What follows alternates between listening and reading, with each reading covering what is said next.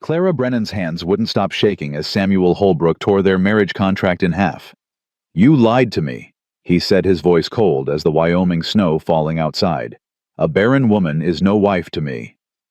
23 days of travel. Every penny she had. All for 2 words that shattered her heart: get out. But before Clara could reach the door, a small voice cut through the silence. A 6-year-old girl clutching a broken doll whispered, "Papa, please. She looks like Mama." Stay until the end to discover how a rejected woman became the heart of a broken family. Subscribe now and comment your city so I can see how far this story travels. The stagecoach jerked to a stop, and Clara Brennan's forehead slammed against the wooden frame hard enough to draw blood. "Silver Creek!" the driver hollered. "End of the line, lady. God help you if you're staying." Clara pressed her gloved fingers to her temple. They came away red. 23 days of travel from Boston, and she was arriving to meet her future husband with blood running down her face. Perfect. Just perfect. She gathered her carpetbag with trembling hands. Everything she owned fit inside 3 dresses, her mother's Bible, a daguerreotype of her dead husband William, and the letters. 6 months of letters from Samuel Holbrook, promising her a home, a family, a second chance at life. "I'm a simple man with simple needs," he'd written. "My children need a mother. I need a partner. Come to Wyoming and we'll build something good together." Simple needs. Clara almost laughed. If only he knew how complicated she was. The cold hit her like a physical blow when she stepped down from the coach. Wyoming in December was nothing like Boston winter. This cold had teeth. It bit through her wool coat, her cotton dress straight down to her bones. "Mrs. Brennan." Clara turned toward the voice. A man stood 10 feet away, hat in his hands, shoulders broad enough to block out the gray sky behind him. Samuel Holbrook. He looked older than his photograph, harder somehow, like the land had worn away anything soft and left only stone. "Mr. Holbrook." She kept her voice steady. "I'm Clara Brennan." His eyes swept over her, cataloging, assessing. She knew what he saw: too thin, too pale blood on her face, city soft hands that had never touched a cow or split wood. "You're bleeding." The coach stopped suddenly. "I'm fine." He nodded once, then reached for her bag. His movements were efficient, practiced. A man who wasted nothing, including words. "My wagon's across the street. We should talk before heading to the ranch." Clara's stomach dropped. We should talk. Those 3 words had never preceded anything good in her entire life. Of course. The station house was barely warmer than outside. A potbelly stove sat in the corner, giving off just enough heat to keep the water from freezing. Samuel set her bag down and stood with his back to the stove, arms crossed over his chest. He still hadn't looked her in the eye. Not really. "I got your letter," he said. "The one from Cheyenne." Clara's heart stopped. The letter. She'd written it in a Cheyenne hotel room, crying so hard she could barely see the paper. Dr. Morrison in Boston had insisted she tell the truth before the marriage. "Some men consider children essential," he'd said with that clinical sympathy doctors perfected over years of delivering bad news. He deserves to know. "Mr. Holbrook, you should have told me before you left Boston." His voice cut like a blade. "Before I sold cattle to pay for your train ticket. Before my children started asking when their new mama was coming." "I know." Clara forced herself to meet his gaze. Gray eyes cold as the snow outside. "I should have told you sooner. I was afraid you'd reject you." The word hung between them. "Yes." Samuel reached into his coat pocket and pulled out a folded paper. Their marriage contract. The one she'd signed with such hope, pressing her pen so hard the ink bled through to the other side. He tore it in half. The sound was louder than it should have been, like something breaking inside her chest. "You lied to me," he said. "I didn't lie. You let me believe you could give me children." "That's a lie, Mrs. Brennan.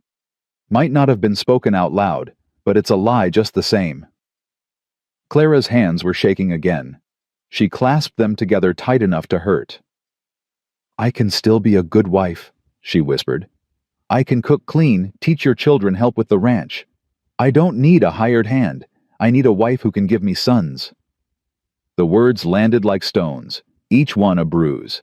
Clara had heard variations of this before, from her mother-in-law after William died, from the doctors who'd examined her, from the society women who whispered behind their fans.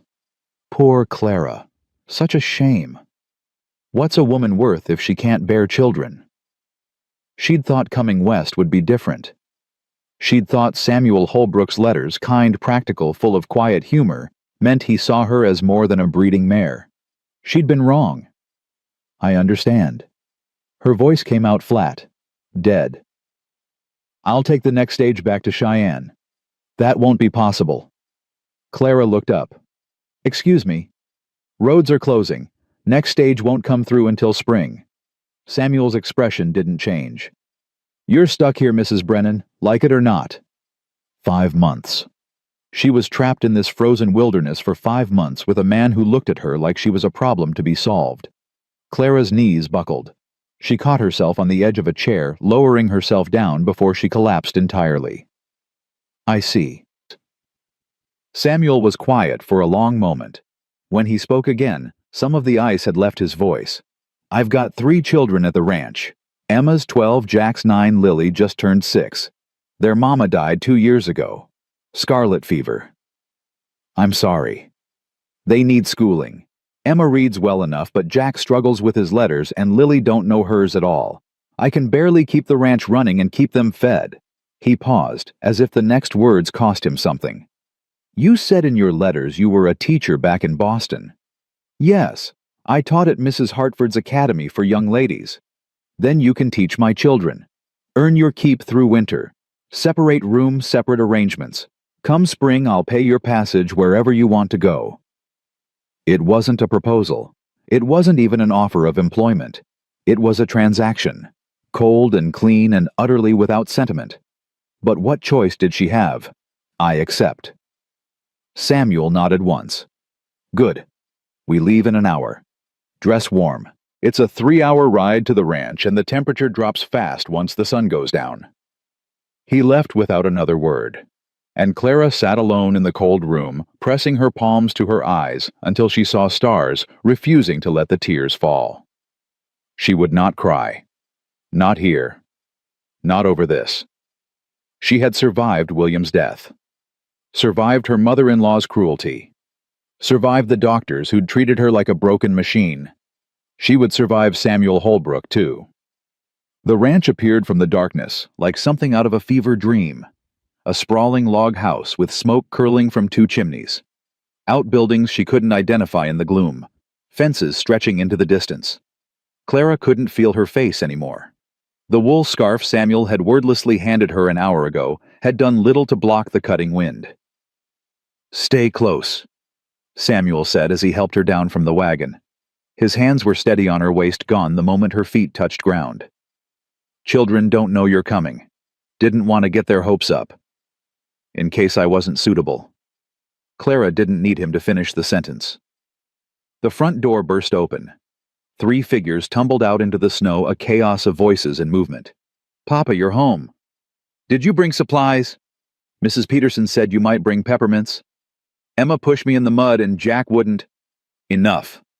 Samuel's single word cut through the noise like a blade. The children froze on the porch steps, their eager faces suddenly wary.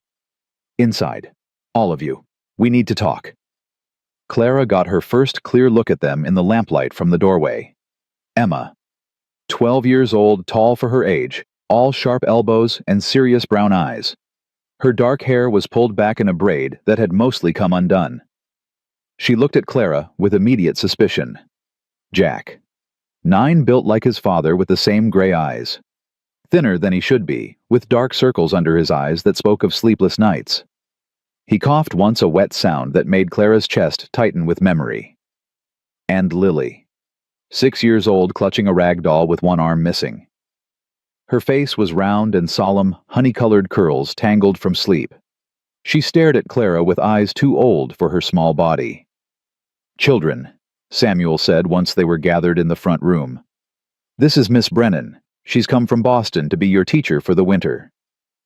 3 pairs of eyes fixed on Clara. She forced herself to smile. "Hello. I'm very pleased to meet you all." Emma's eyes narrowed. "You're the lady from the letters, the one Papa was going to marry." The room went silent. Even the fire seemed to stop crackling. "Emma!" Samuel's voice carried warning. "But you're not, are you?"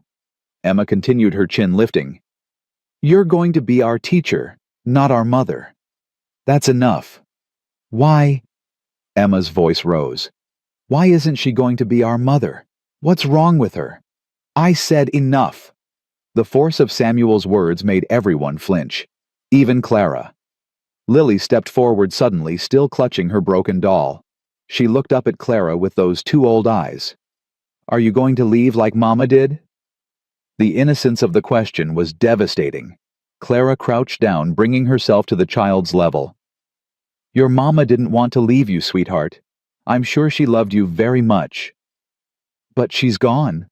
Lily's voice was matter-of-fact. "Everyone goes away. Papa says people don't mean to, but they do it anyway." Clara's throat closed up. She thought of William pale and wasted on his deathbed, of the 3 babies she'd lost before they ever took a breath, of everyone she'd loved and lost in her 29 years. "I'll be here all winter," she said softly. "I promise I won't leave until spring." "That's not very long." "No, it's not." Jack had been silent through the exchange, but now he erupted into a coughing fit that bent him double. Wet, rattling coughs that seemed to tear themselves from his small body. Samuel was at his side in an instant. "Easy, son. Breathe through it." Clara watched with growing alarm. She knew that cough.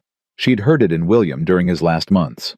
She'd heard it in the children's ward at Boston General, where she'd volunteered after becoming a widow. "How long has he been coughing like that?" she asked. "Since last winter." Samuel's voice was tight. "Doc Henderson says it's lung weakness. Says he'll grow out of it." But his hands were shaking as he rubbed Jack's back. And Clara saw the truth in his eyes. He was terrified. A father watching his son struggle to breathe, helpless to stop it. "I know some treatments," Clara said quietly. "My husband had weak lungs, and I volunteered at the hospital after he died. Steam inhalations, chest compresses, certain herbs." "You a doctor now?" The words came out harsh. Clara straightened. "No, I'm simply offering what I know." They stared at each other across the room. Jack's coughing had subsided to wheezes. Emma watched them both with suspicious eyes. Lily still clutched her broken doll. Samuel rubbed his face with both hands. "I apologize. That was uncalled for. It's been a long day." He showed her to a small room off the kitchen, barely enough space for a narrow bed and a washstand.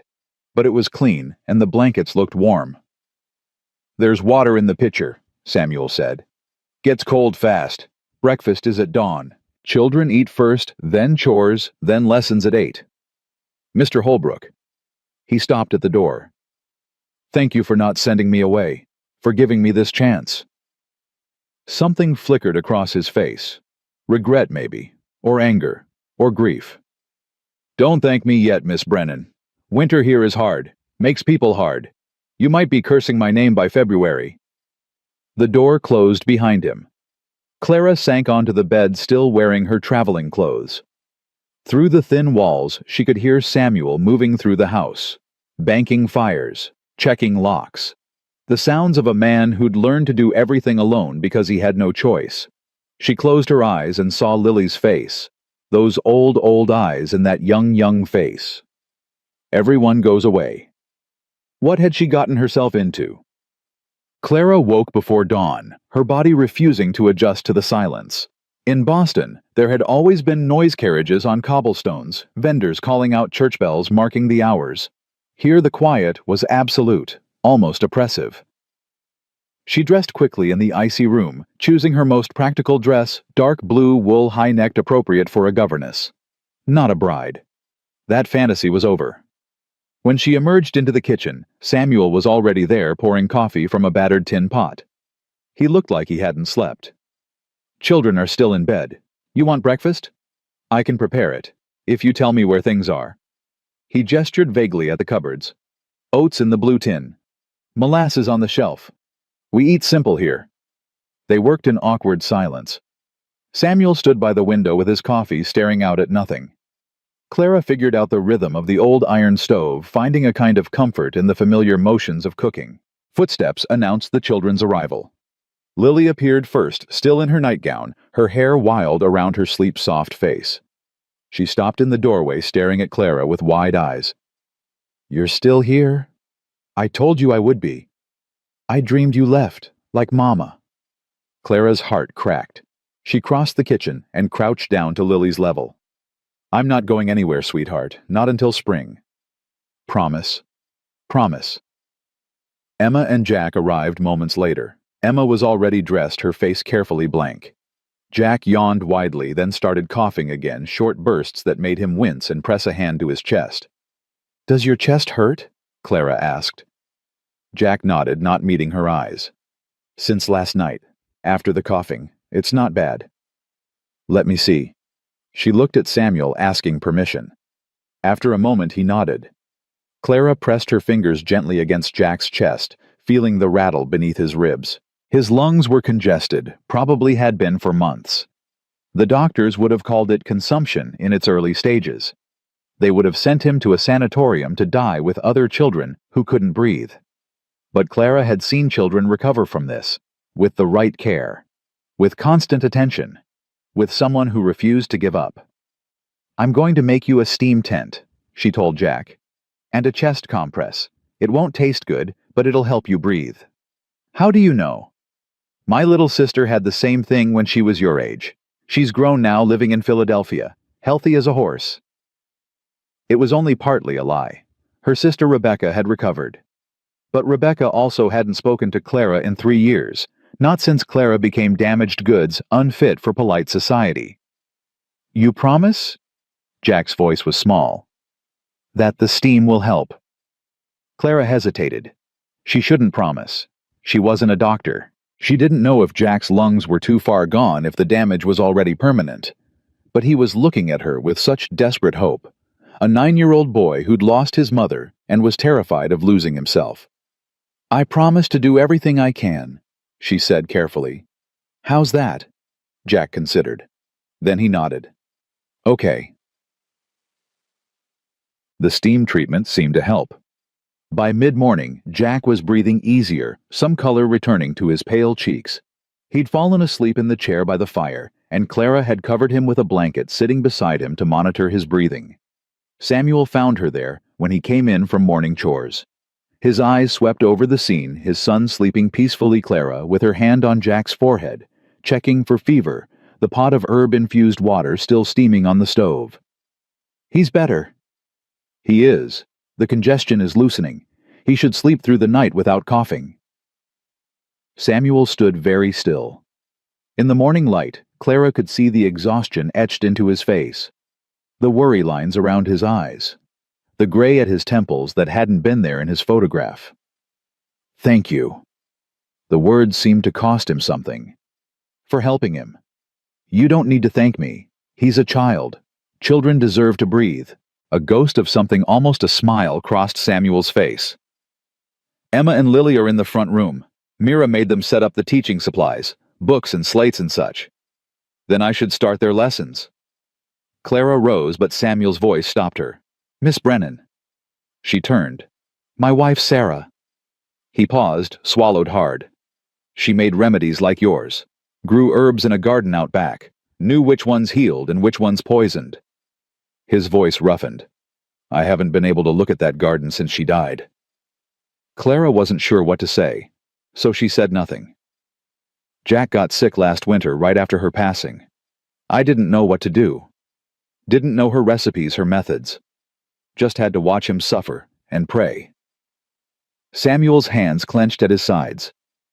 If you can help him, really help him, then maybe you being here isn't such a bad thing after all. It wasn't an apology. It wasn't forgiveness for her lie. But it was something. A crack in the wall he'd built around himself. I'll do everything I can, Clara said. I promise. Samuel nodded once. Then he was gone back out into the cold, leaving Clara alone with his sleeping son, and the ghost of a woman who'd known how to heal.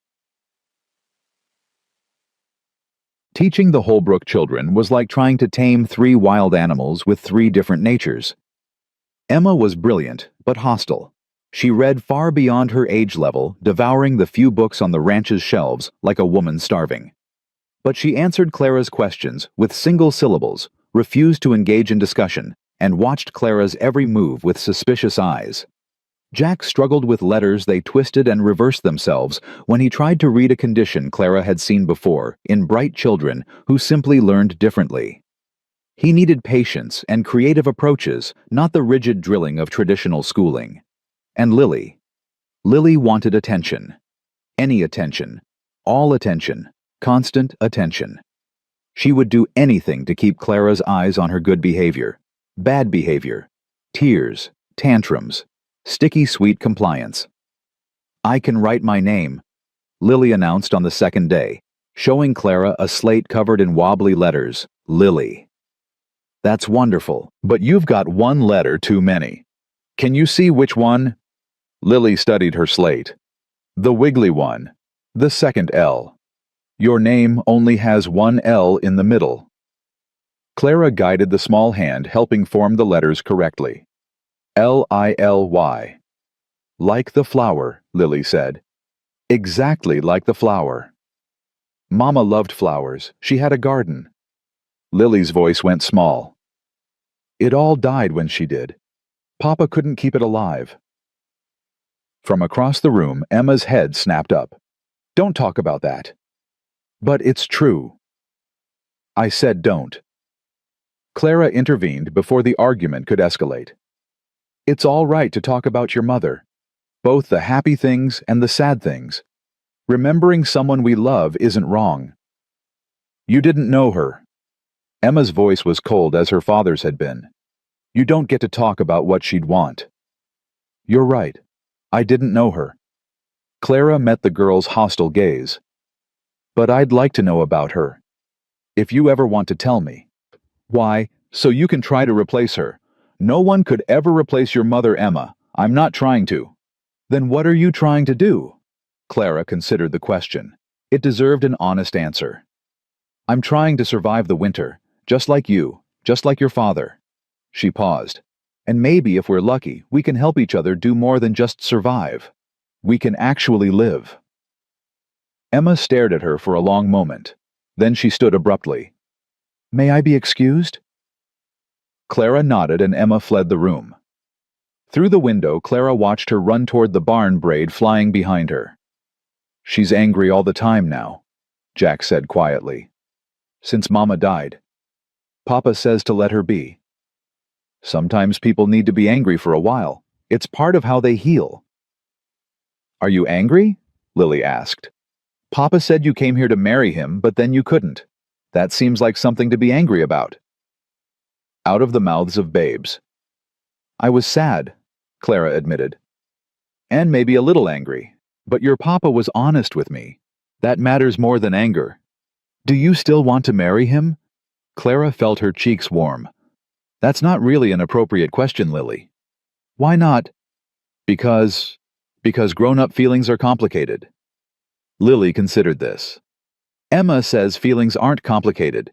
She says people just pretend they are so they don't have to be brave." Clara stared at the 6-year-old, momentarily speechless. For a child who'd lost her mother at 4, Lily had developed a startling clarity about the world. "Your sister is very smart," Clara finally said. "I know. She reads big books." Lily picked up her slate again. "Can you teach me to write Mama?" Clara's throat tightened. "Of course, sweetheart. Of course I can." The days began to blur into a rhythm. Wake before dawn, light the fires, prepare breakfast, teach the children, tend to Jack's cough, navigate Emma's hostility, absorb Lily's desperate affection, help with whatever chores she could manage, cook supper, clean up, fall into bed exhausted. Clara had never worked so hard in her life, but something was happening, something she hadn't expected. She was starting to feel like she belonged. Jack's cough improved with the steam treatments. After a week, he was sleeping through the night without waking up gasping. After 2 weeks, his cheeks had color, and he was running around the house with an energy that made Samuel's eyes shine. "You saved him." Samuel said it late one evening when the children were in bed, and they were sitting by the fire, keeping a respectful distance. But somehow the silence between them had become comfortable rather than strained. "I just did what anyone would have done." "No." His voice was firm. The doctor came out twice and did nothing but shake his head.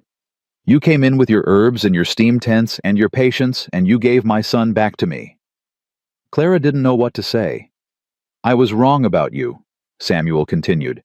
"When you first came, I looked at you and saw, I don't know, a problem, a complication, another person who would leave."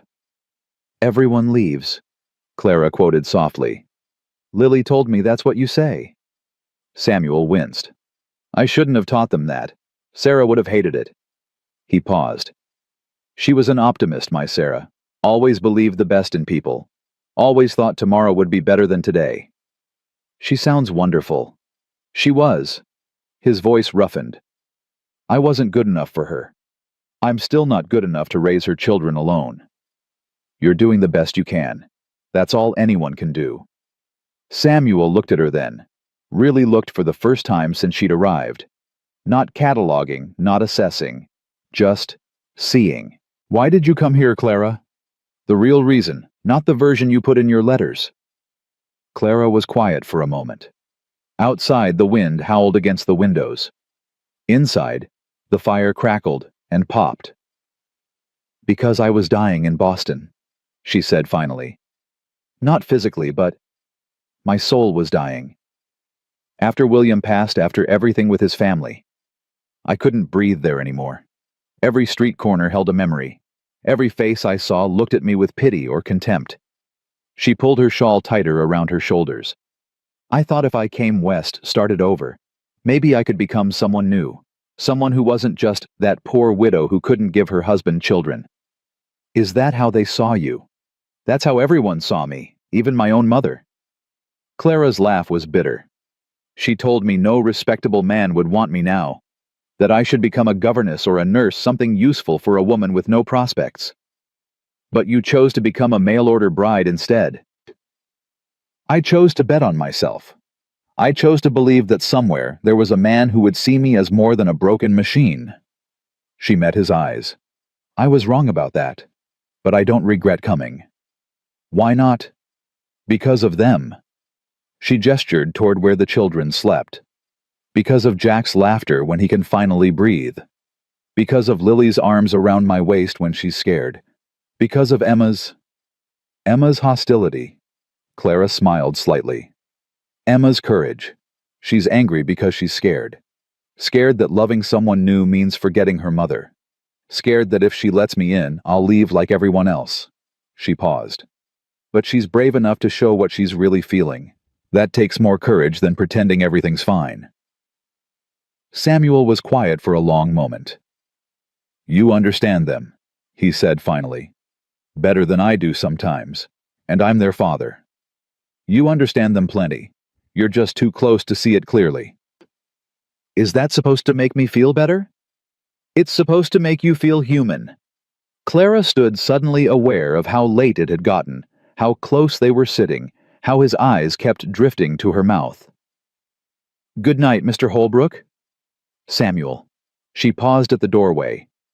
"If we're going to be living in the same house for 5 months, you should probably call me Samuel." Clara felt something warm unfurl in her chest. Something dangerous. "Good night, Samuel."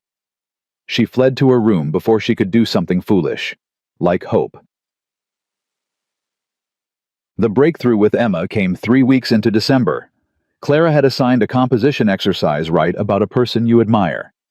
Jack wrote about his father, describing how Samuel could calm a spooked horse with just his voice. Lily wrote about Clara herself, in wobbly letters that made Clara's eyes sting.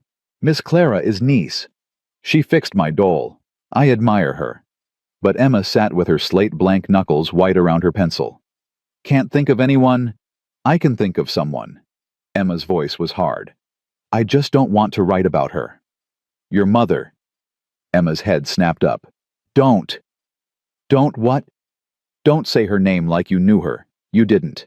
You're just a stranger Papa brought home because he couldn't find anyone else. The words hurt. Clara let them hurt. You're right. I am a stranger, and I didn't know your mother. She pulled a chair close, sitting so they were eye to eye. But I'd like to know about her. Through you. Why? The word was almost aggressive. So you can pretend to care. So you can make Papa forget about her. Is that what you're afraid of? That your father will forget her? Emma's lip trembled.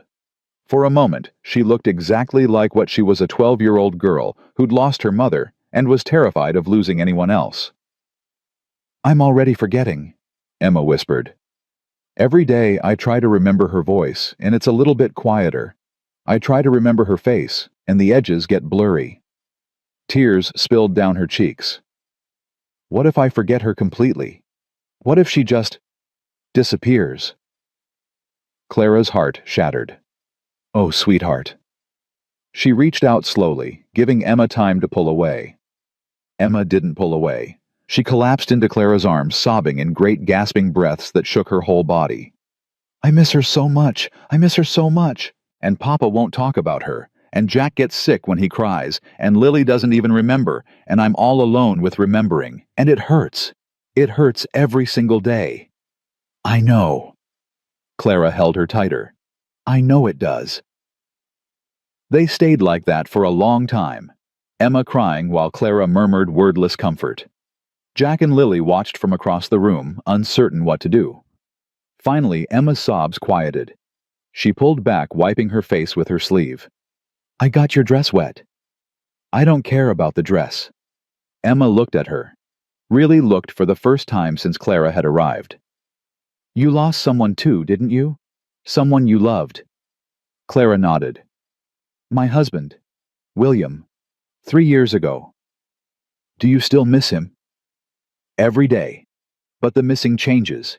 It starts as this giant boulder sitting on your chest crushing you, and slowly over time it shrinks. It doesn't disappear. It just becomes something you can carry. Emma considered this. Did you have children with your husband? Clara's throat closed. 3 babies. 3 small graves in Boston. 3 pieces of her heart she'd never get back. No, she whispered. I couldn't have children. That's why your father rejected me. Emma's eyes widened. He rejected you because you're barren. Yes. That's stupid. The word burst out of Emma with surprising vehemence. That's the stupidest reason I ever heard. Mama was barren after Lily was born. The doctor said she couldn't have no more babies. And Papa didn't stop loving her. He loved her even more. Clara felt the world tilt slightly. He did. Course he did. He said. Emma's voice softened. He said she'd already given him 3 perfect children, and he didn't need nothing else. He said she was the best thing that ever happened to him, and he'd rather have her and 3 kids than any other woman, and a dozen. Something cracked open in Clara's chest. Something that felt like hope, tender and terrifying. Can I still write about her? Emma asked quietly. For the assignment. I would love that. The page Emma produced was the most beautiful thing Clara had ever read. 3 pages, instead of 1, in careful script describing Sarah Holbrook with such vivid detail that Clara felt she knew the woman, her laugh, her kindness, her garden, full of healing herbs, the way she sang hymns while she worked. By the time Clara finished reading, tears were streaming down her face. This is extraordinary, Emma. Her voice was thick. Your mother would be so proud of you. For the first time since Clara had arrived, Emma smiled. A real smile, small but genuine. Thank you, Miss Clara. Thank you for sharing her with me. That night, Clara found Samuel on the front porch despite the cold. She was learning this was his thinking place, his grieving place. She wrote about her mother today, for an assignment. Samuel was quiet for a long moment. She doesn't talk about Sarah, not to me. She's afraid it hurts you. It does, but not the way she thinks. He turned to look at Clara, and in the moonlight, his face was all shadows and sharp edges. Sarah would have liked you. She was always saying we needed someone to shake things up around here. Clara's pulse stuttered. Was she? She was. Samuel's voice dropped. And I think I was wrong. About what I said when you arrived. About needing more children. Samuel. I have 3 children who need a mother. 3 children who are starting to love you. He paused. And I'm starting to... I don't know what I'm starting, but it's something. Something I didn't expect. Clara's heart was pounding so hard she could barely hear him over the blood rushing in her ears. I'm here until spring, she said softly. That's what we agreed. And after spring... Before she could answer, a scream tore through the night. Lily's scream. High and terrified. They ran. Lily was sitting up in bed sobbing hysterically, reaching for something that wasn't there. Mama! Mama, don't go. Mama, please. Clara reached her first, gathering the small body into her arms. Shh, sweetheart. It's okay. It's okay, you're safe. Mama left. Lily sobbed. She was here and then she left, and she didn't say goodbye, and she didn't take me with her. It was a dream, baby. Just a bad dream. It wasn't... Lily pulled back, her face streaked with tears. I saw her. She was standing right there, and she was so pretty, and she said she had to go, and I asked her to stay, and she said she couldn't, and then she was gone. Clara held her tighter, rocking back and forth, murmuring comfort, while Lily's sobs slowly subsided. Samuel stood in the doorway, his face devastated. Emma and Jack had appeared behind him, both of them pale and scared. She has these dreams sometimes, Emma said quietly. Since Mama died, she never remembers them in the morning. But tonight, Clara suspected Lily would remember. She stayed in Lily's bed that night, the little girl curled against her like a kitten. Samuel checked on them twice, his face unreadable in the darkness. Around midnight, Lily stirred. Miss Clara. Yes, sweetheart. I know you're not my real mama. The little voice was sleepy, but clear. But could you stay anyway? Even after spring? Could you be our mama who stays? Clara's eyes burned. I don't know, baby. That's not just up to me. Papa wants you to stay. I can tell. How can you tell? Because he smiles when he looks at you. He hasn't smiled since Mama died. Lily yawned. I think Mama sent you, from heaven, because she knew we needed you. Clara couldn't speak, couldn't breathe. Lily fell back asleep, her small hand curled around Clara's fingers, and Clara lay awake until dawn thinking about second chances, about broken families that might just fit together, about the terrifying possibility that she had finally found where she belonged.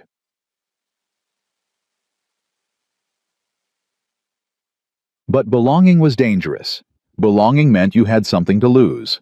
And there were men in Silver Creek who wanted the Holbrook Ranch men who would do anything to get it. Clara didn't know it yet, but the real fight was just beginning. The next morning, Clara woke with Lily still pressed against her side, the child's small fingers tangled in Clara's nightgown. For a moment she forgot where she was. Forgot the rejection, the frozen wilderness, the arrangement that was supposed to be temporary.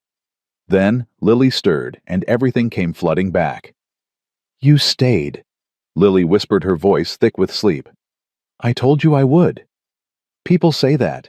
They don't always mean it. Clara smoothed the tangled curls back from Lily's face. I mean it, sweetheart. I'm not going anywhere.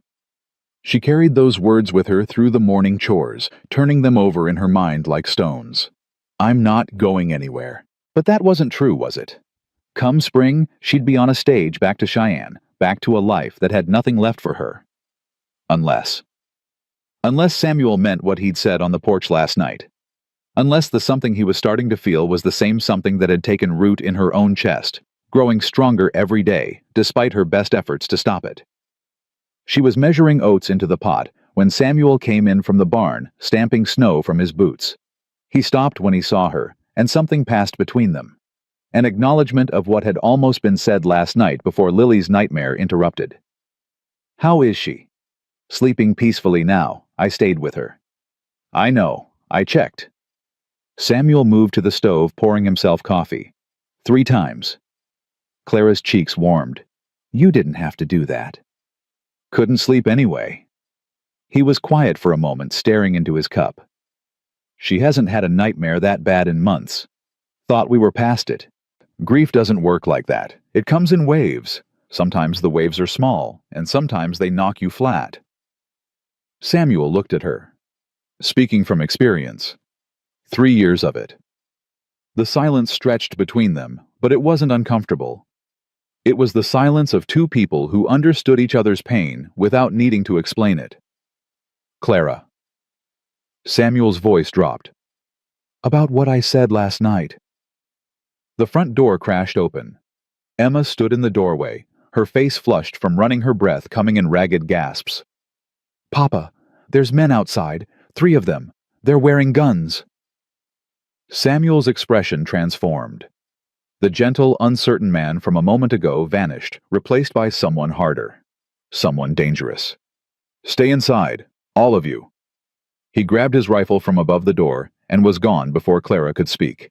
She ran to the window, Emma pressing close beside her. 3 riders sat on horseback near the barn, their horses pawing impatiently at the snow. Even from this distance, Clara could see they were well armed. Well dressed, too. These weren't drifters or outlaws. These were men with money. The one in front swung down from his horse as Samuel approached. He was tall, with silver hair beneath his hat, and the confident posture of a man used to getting what he wanted. "Who is that?" Clara asked. Emma's voice was tight. "Marcus Thornton. He owns half the valley." "What does he want?" "Our ranch. He's been trying to buy it since Mama died." Through the window, Clara watched the conversation unfold. She couldn't hear the words, but she could read the body language. Samuel stood rigid, one hand on his rifle. Thornton gestured expansively, smiling, as if they were discussing the weather rather than whatever had brought 3 armed men to the ranch before breakfast. Then Thornton said something that made Samuel's shoulders go tight. His grip on the rifle shifted.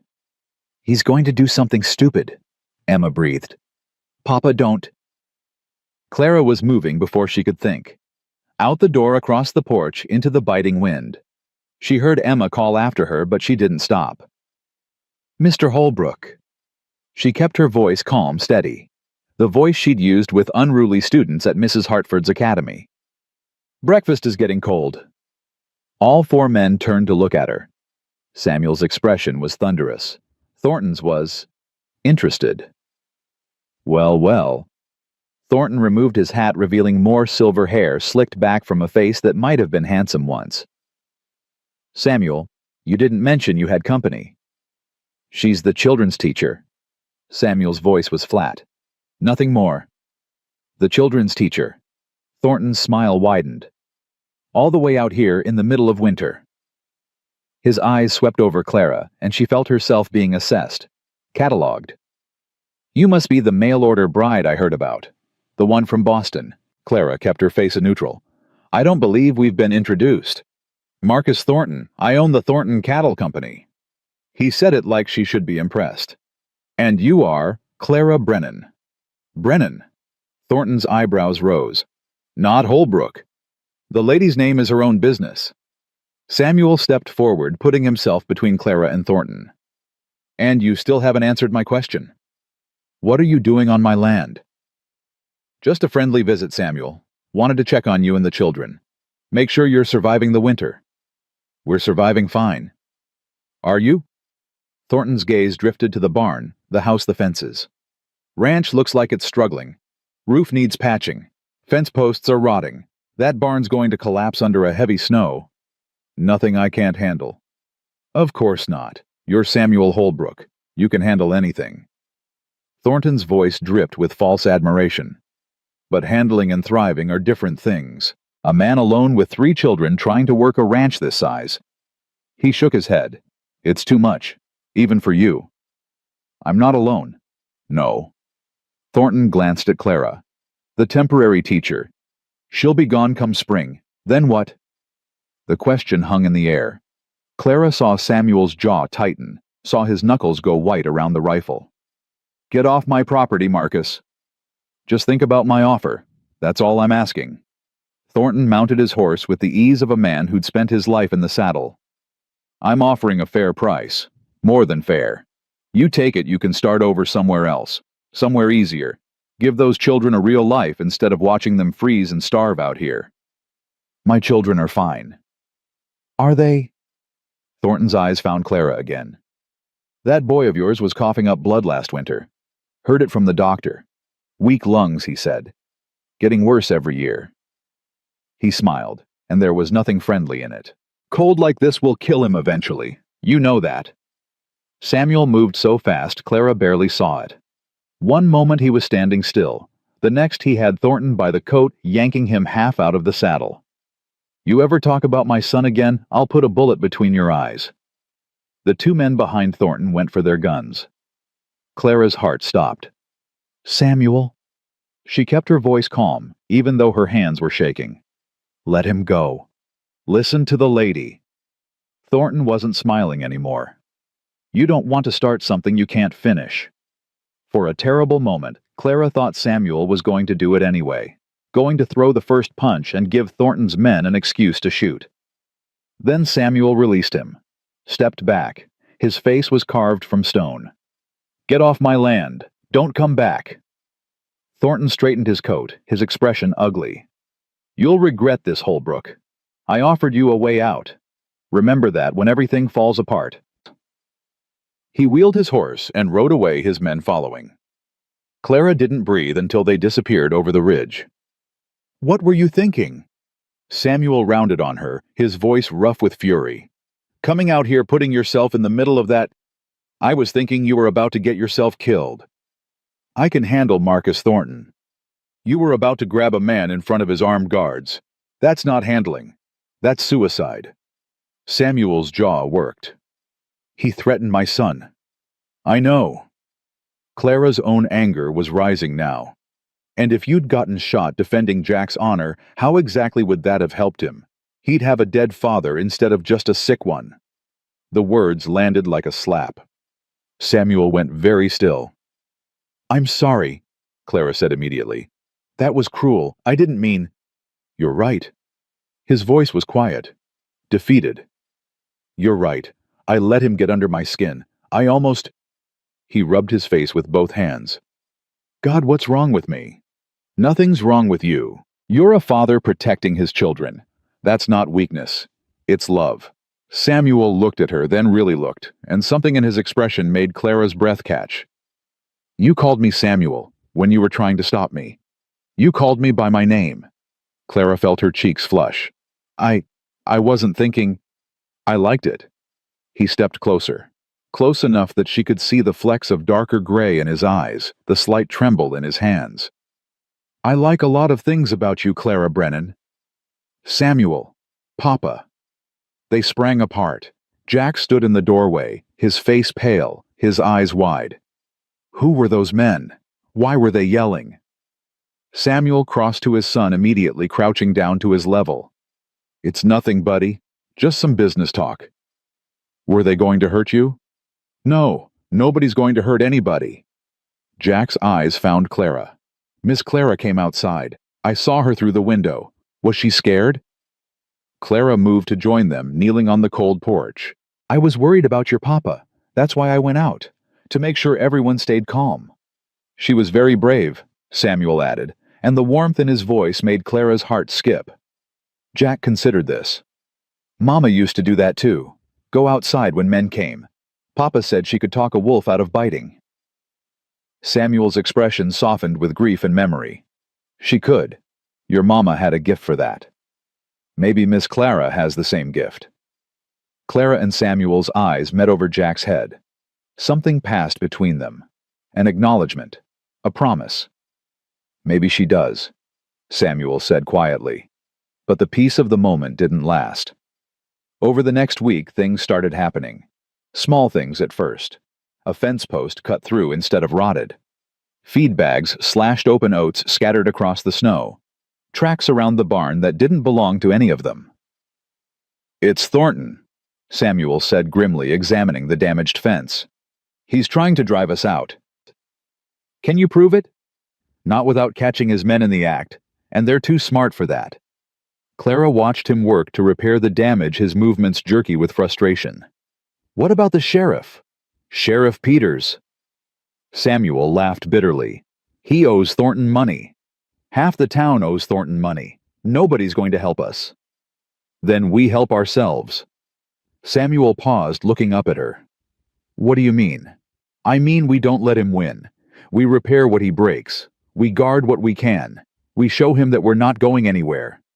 "That's a war of attrition, Clara, and he's got more resources than we do." "Then we get creative." That night, after the children were in bed, Clara sat down with a piece of paper and began to write. Not a letter this time, but a list. Everything she knew about Marcus Thornton. Everything she'd overheard in town during their one trip for supplies. Everything Samuel had told her about the history between the two families. "What are you doing?" Samuel asked, settling into the chair across from her.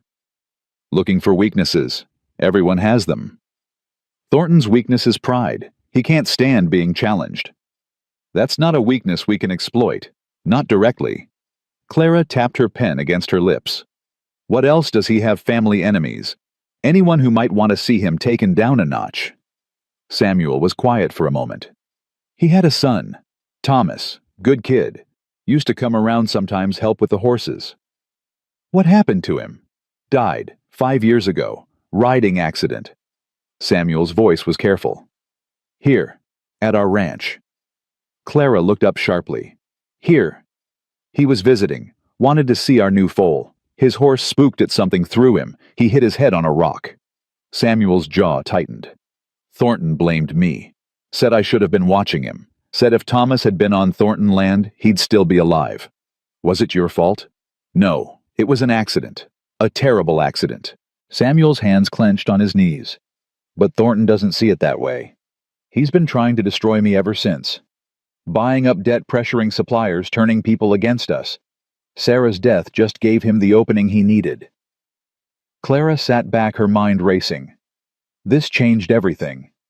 Thornton wasn't just a greedy rancher trying to expand his holdings. This was personal. This was revenge. "He's not going to stop," she said slowly. "Is he? No matter what we do, he's not going to stop until he has this ranch. Or until one of us is dead."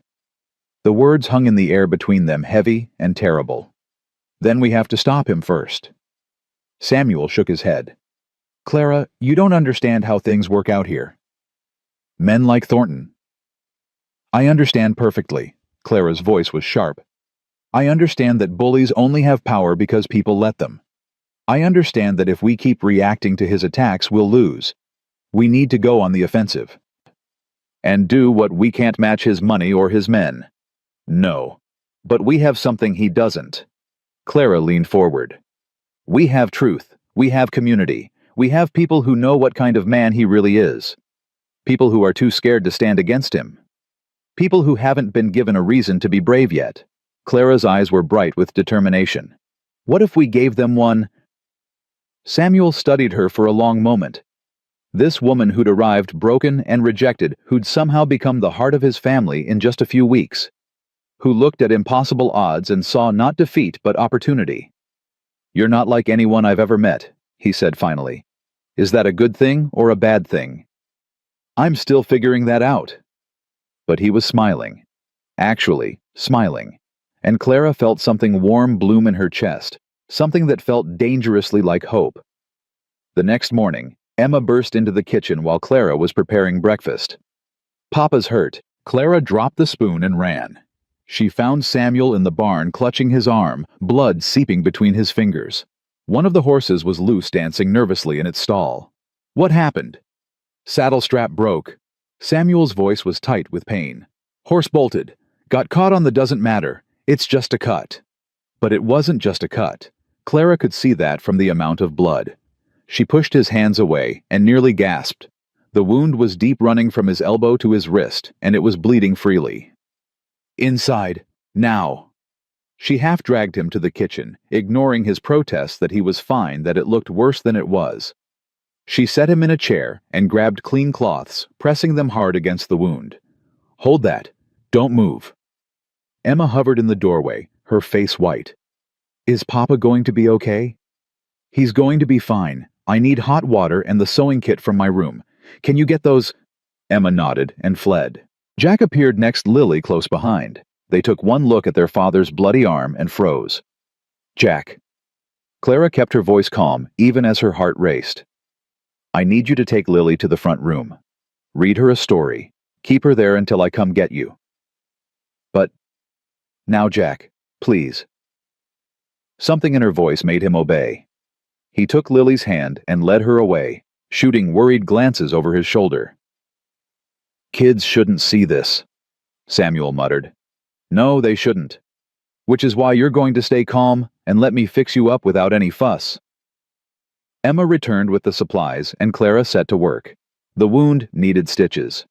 She'd done this before in the hospital wards after William died, but never on someone she stopped that thought before it could finish.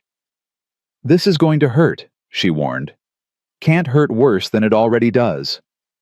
She cleaned the wound with boiled water, then threaded the needle with steady hands. Samuel hissed when she made the first stitch, but didn't pull away.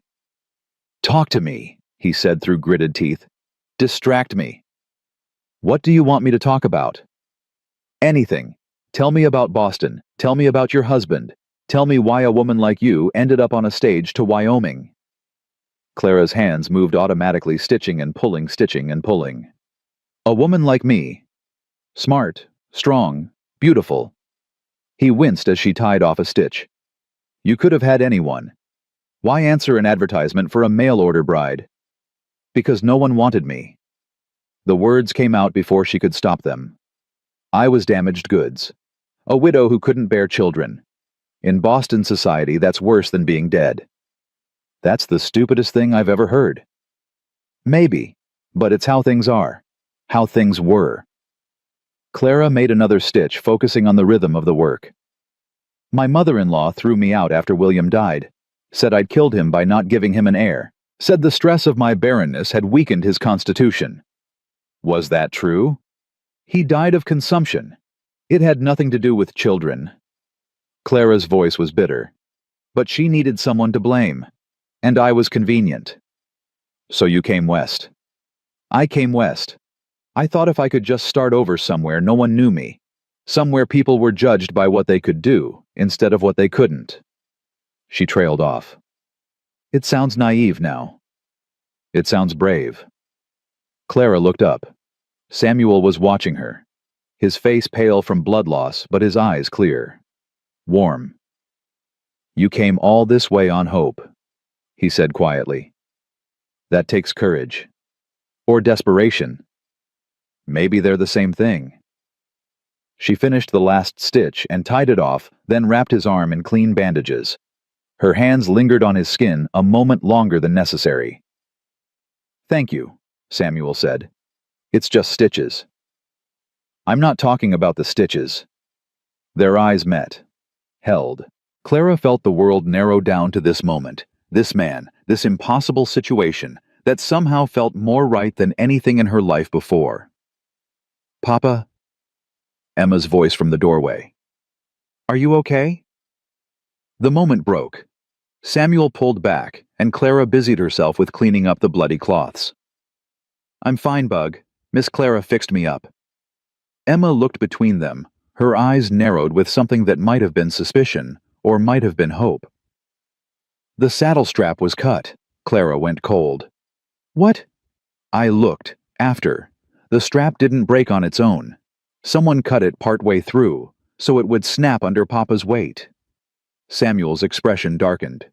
"Show me." He was out of the chair before Clara could stop him, striding toward the barn with Emma at his heels. Clara followed, dread pooling in her stomach. The saddle lay where it had fallen. Samuel picked up the strap, examined it, and his face went hard as granite. "She's right. Someone sabotaged this. Thornton." "Who else?" Samuel threw the strap down. "He's not just trying to drive us out anymore. He's trying to kill me." Clara's blood ran cold. The children! They're not safe here. Samuel's voice was raw. None of us are. Maybe Thornton was right. Maybe I should take the money, start over somewhere else. No. Clara grabbed his good arm, forcing him to look at her. That's exactly what he wants. If you run, he wins. And men like him don't stop at one victory. He'll follow you. He'll find you. He'll take everything. What choice do I have? I can't protect them. I can't even protect myself. Yes, you can. We can. Together. Clara's grip tightened. You're not alone anymore, Samuel. You have me. You have Emma and Jack and Lily. We're a family whether you intended it that way or not. And families don't run. They stand. Samuel stared at her. His eyes were bright with something that might have been tears, might have been fear, might have been love. You said temporary, he whispered. You said come spring you'd leave. I lied. She didn't know which of them moved first. But suddenly, his good arm was around her waist, pulling her close, and his mouth was on hers, and nothing else existed except this moment, this man, this impossible, terrifying, wonderful feeling of finally being home. When they broke apart, both breathing hard, Clara saw Emma standing in the barn doorway, watching them, a small smile on her face. I knew it, Emma said. I knew you'd stay. Clara laughed, a sound caught between joy and tears. You're too smart for your own good. Mama always said that too. Emma walked forward, and for the first time she wrapped her arms around Clara's waist. I'm glad you're staying, Miss Clara. I'm glad you're going to be our mama. Clara held her tight, meeting Samuel's eyes over Emma's head. So am I, sweetheart. So am I. But even as she said it, she knew the fight wasn't over. Thornton was still out there, still plotting. And now that he'd tried to kill Samuel once, he wouldn't stop until he succeeded. Or until someone stopped him first. That night, after the children were asleep, and Samuel was resting with his injured arm, Clara sat by the fire and made a decision. She wasn't going to wait for Thornton's next attack. She wasn't going to play defense anymore. She was going to find a way to beat him. And if that meant putting herself in danger, if that meant risking everything she'd just found, then so be it. Because some things were worth fighting for. Some things were worth dying for. And this family, this broken, beautiful, impossible family that had somehow become her own, was worth all of that and more. Clara waited 3 days before putting her plan into motion. 3 days of watching Samuel struggle with his injured arm, of seeing the fear in the children's eyes every time a horse passed on the distant road, of lying awake at night, listening for sounds that didn't belong. 3 days of being afraid. She was done being afraid. I need to go to town, she announced at breakfast. Samuel looked up from his coffee. What for? Supplies. We're running low on flour, and I need more herbs for Jack's treatments. I can go when my arm heals. Your arm won't heal properly for weeks, and we need those supplies now. Clara kept her voice light, casual. Besides, I haven't been to town since I arrived. I'd like to see it properly. Samuel's eyes narrowed. He wasn't stupid. He knew something was off. I'll come with you. With that arm, you can barely hold the reins. Then we'll wait. Samuel. Clara set down her spoon and met his gaze directly. I'm not a prisoner here. I'm not going to hide in this house forever because Marcus Thornton might be watching. He tried to kill me. He tried to scare you into selling. There's a difference. Clara reached across the table and covered his hand with hers. Let me do this. Let me help. Samuel was quiet for a long moment. She could see the war playing out behind his eyes. Pride versus practicality. Fear versus trust. Take the shotgun, he said finally, and be back before dark. Clara smiled. I will. But she had no intention of simply buying flour and herbs. The ride to Silver Creek took 2 hours. Clara used the time to rehearse what she would say, how she would say it. This was a gamble. If it didn't work, she might make things worse. But if it did work... Silver Creek was larger than she'd expected.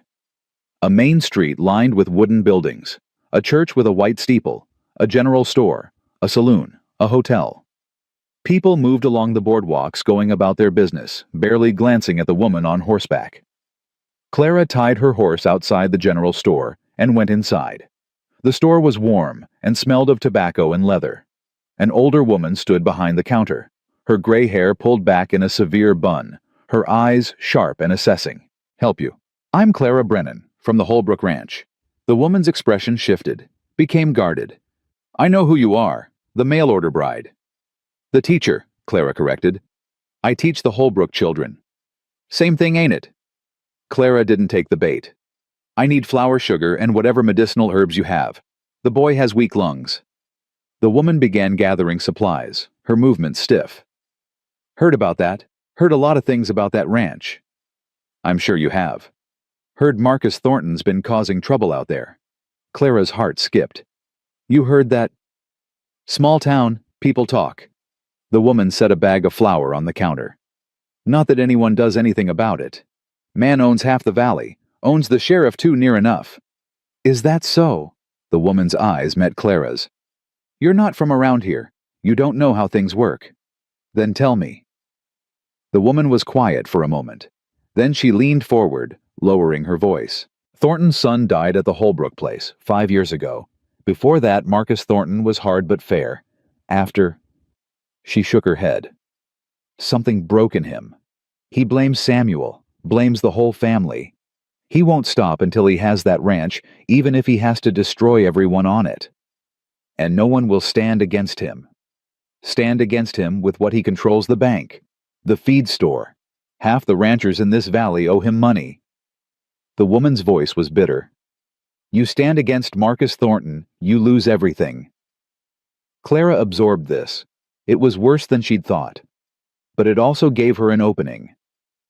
What if there was a way to stand against him without losing everything? The woman's eyes narrowed. "What do you mean?" "I mean safety in numbers. I mean if enough people stood together, Thornton couldn't destroy all of them." Clara leaned closer. "I mean, what if someone organized the people he's been bullying into actually fighting back? You." The woman laughed, but there was no humor in it. "You're a stranger, a city woman. Why would anyone follow you?" "They wouldn't follow me. They'd follow Samuel Holbrook, if he led them." "Samuel's too proud to ask for help." "Then I'll ask for him." The woman studied her for a long moment. Then something shifted in her expression. Something that might have been respect. "You've got guts, I'll give you that." She finished gathering Clara's supplies. "Talk to Pete Martinez. He runs the livery stable. Thornton's been squeezing him for months. If anyone's ready to fight, it's Pete." "Thank you." "Don't thank me yet. This could go very wrong very fast." The woman took Clara's money. "But if it goes right, well, it's been a long time since anyone gave us hope." Clara gathered her supplies and headed for the livery stable. Pete Martinez was a weathered man in his 60s, with a face like cracked leather and eyes that had seen too much. He listened to Clara's pitch in silence, his expression unreadable. "You want me to stand against Thornton?" he said when she finished. "Me and who else?" "Everyone he's been hurting. Everyone who's tired of being afraid." "That's a lot of people." "Exactly." Pete shook his head. "You don't understand, ma'am. Thornton's got power, real power, money and men and connections. What do we have? Each other, numbers, the truth." Clara stepped closer. "Mr. Martinez, I've seen men like Thornton before. They seem invincible, but they're not. Their power comes from fear, from people believing they can't be beaten. But the moment that belief cracks, the moment people see that resistance is possible—" She let the implication hang. "Pretty words. But words don't stop bullets." "No, but community does. Solidarity does." Clara's voice hardened. "He tried to kill Samuel. Cut a saddle strap so his horse would throw him. That's not business anymore. That's attempted murder." Pete's eyes widened. "He did what?" "You heard me. And if he's willing to do that to Samuel, how long before he does it to someone else?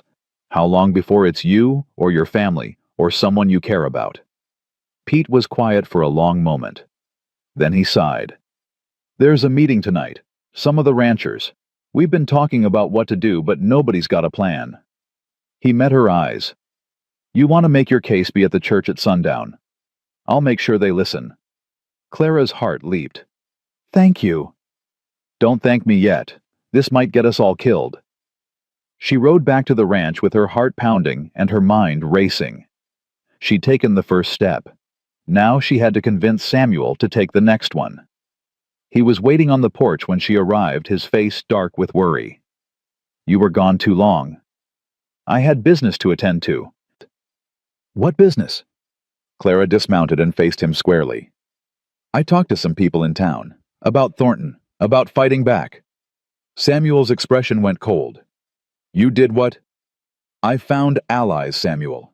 People who are as tired of Thornton as you are. People who are willing to stand together. You had no right. I had every right. He tried to kill you. He's terrorizing your children, and you're just going to wait for him to try again.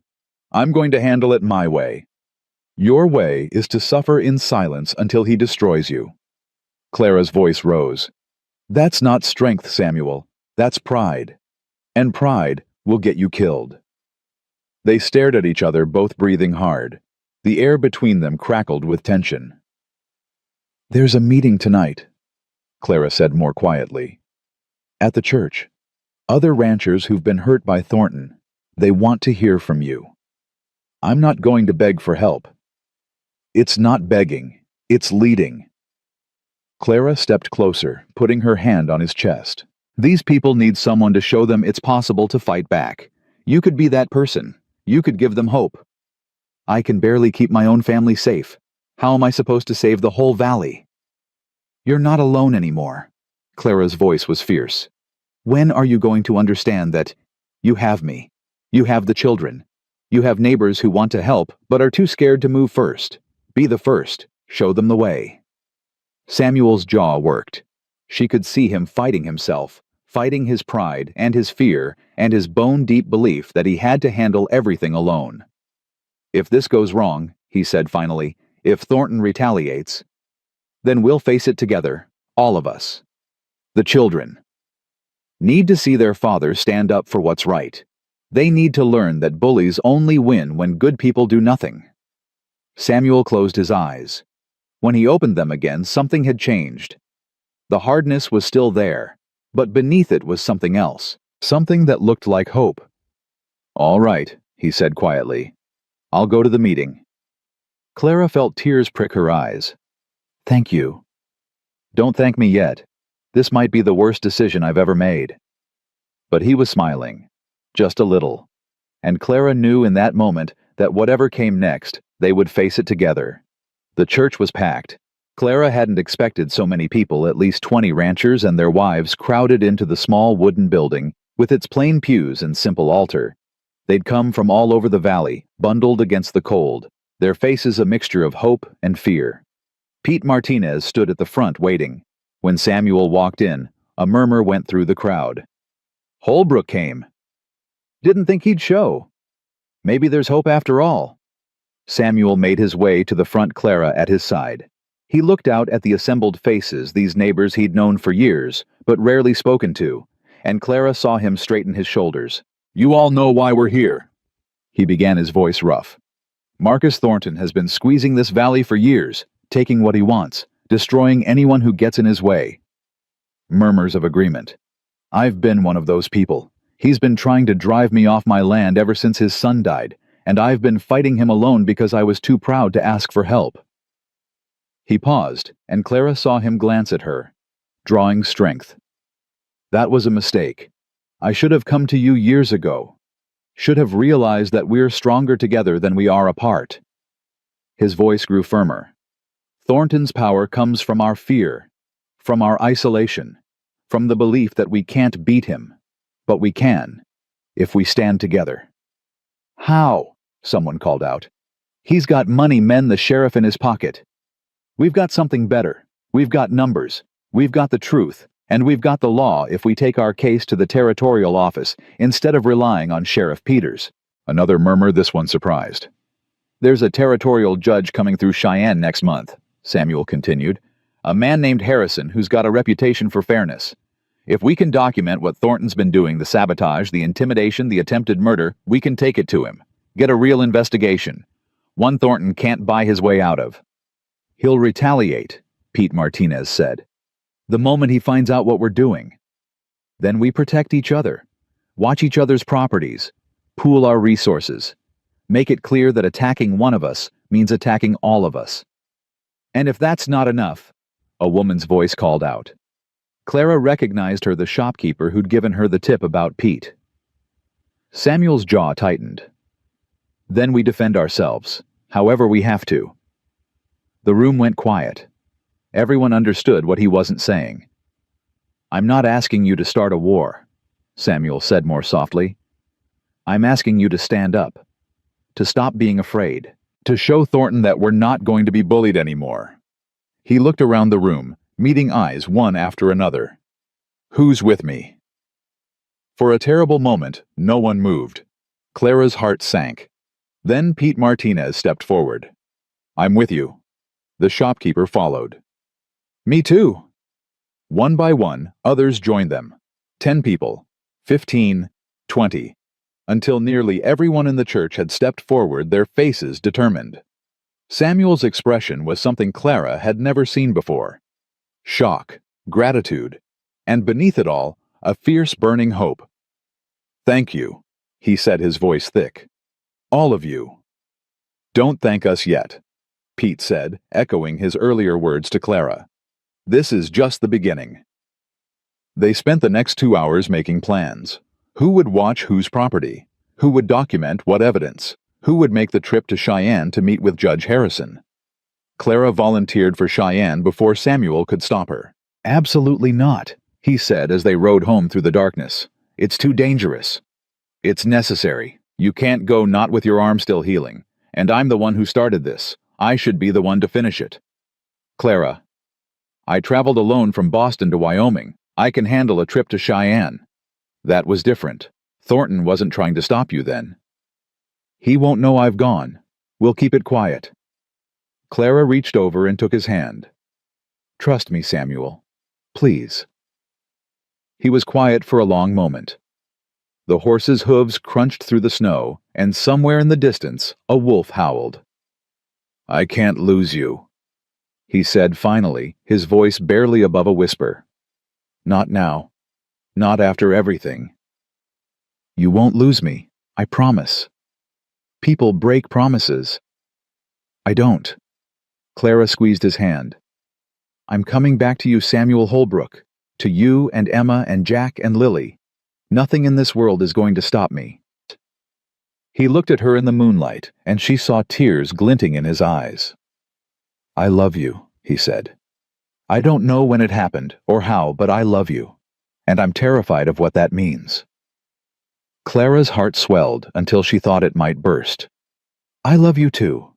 I've loved you since you gave me that scarf on the ride from town, since you let me stay when you had every reason to send me away. I couldn't send you away. Even then, some part of me knew you belonged here. Then trust that I'll come back. Trust that this family is worth fighting for. Samuel pulled his horse to a stop and leaned over, kissing her softly in the cold night air. It was a kiss full of fear and hope, and desperate, aching love. Come back to me, he whispered against her lips. Always. She left for Cheyenne 3 days later, carrying documents and testimonies from a dozen ranchers' evidence of Thornton's crimes that would surely be enough to convince Judge Harrison to investigate. The children cried when she said goodbye. Even Emma, who'd become her fiercest defender in the weeks since their breakthrough. You're coming back, right? Emma demanded, her voice fierce, even as tears streaked her face. You promised Lily. You can't break a promise to Lily. I'm coming back.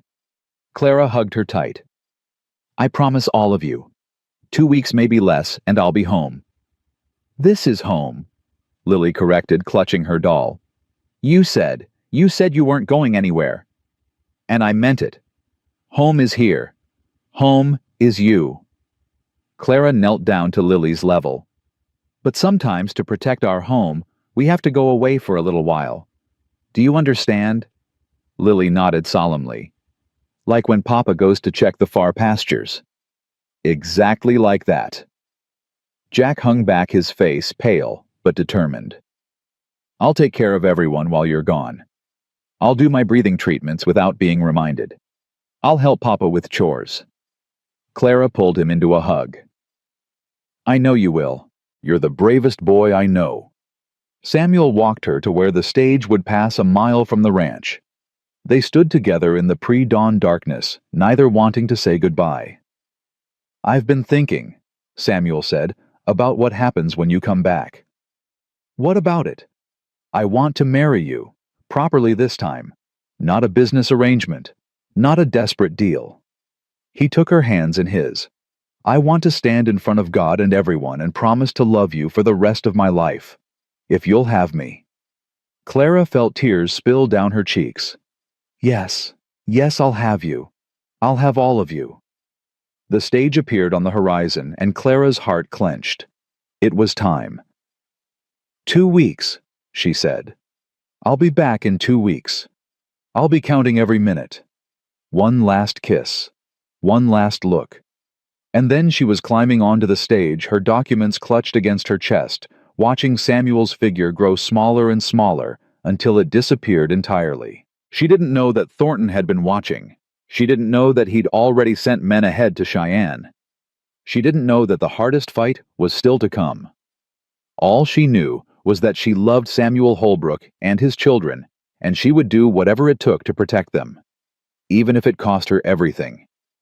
The journey to Cheyenne took 4 days. 4 days of rattling bones, frozen feet, and sleepless nights spent clutching the documents that could save everything. Clara kept them inside her coat, pressed against her heart, as if Thornton's men might materialize from thin air and snatch them away. She didn't know how right she was to be afraid. Cheyenne was chaos. Bigger than Silver Creek, louder, full of strangers pushing past each other on crowded boardwalks. Clara felt small and exposed, a country mouse dropped into a den of wolves. But she'd faced worse. She'd survived Boston society. She'd survived rejection. She'd survived a Wyoming winter with 3 children who didn't trust her and a man who didn't want her.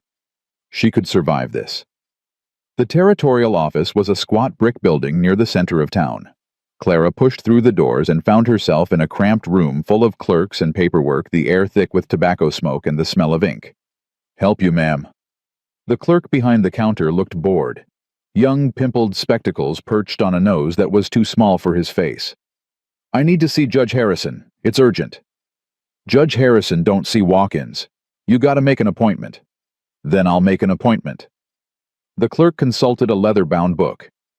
Next available is March 15th. That was 6 weeks away. 6 weeks of Thornton having free rein to destroy everything Samuel had built. That's not acceptable. I have evidence of crimes.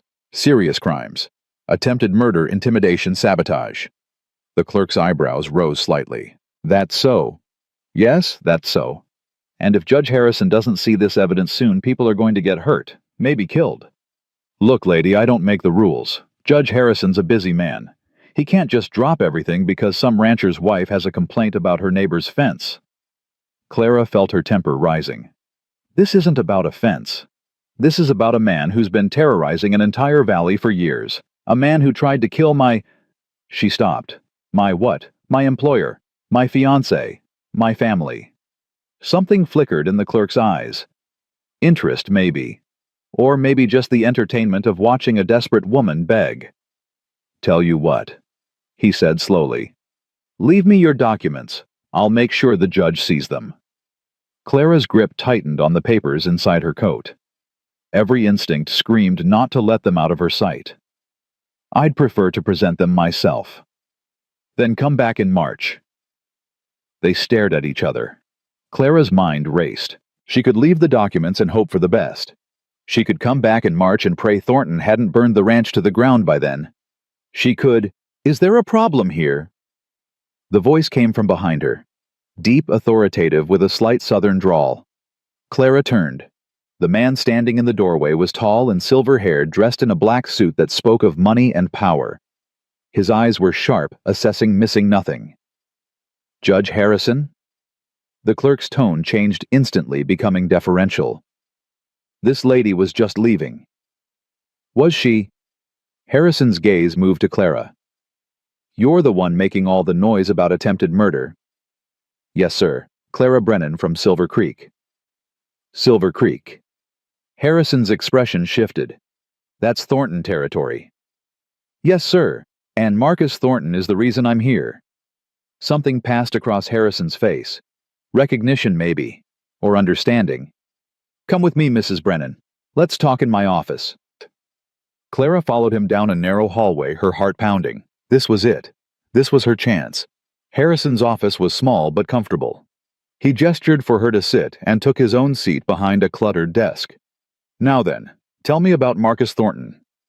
Clara told him everything. The years of harassment, the buyout attempts, the sabotaged saddle, the cut fence posts and slashed feed bags, the meeting at the church and the coalition of ranchers who'd finally decided to fight back. Harrison listened without interrupting. When she finished, he was quiet for a long moment.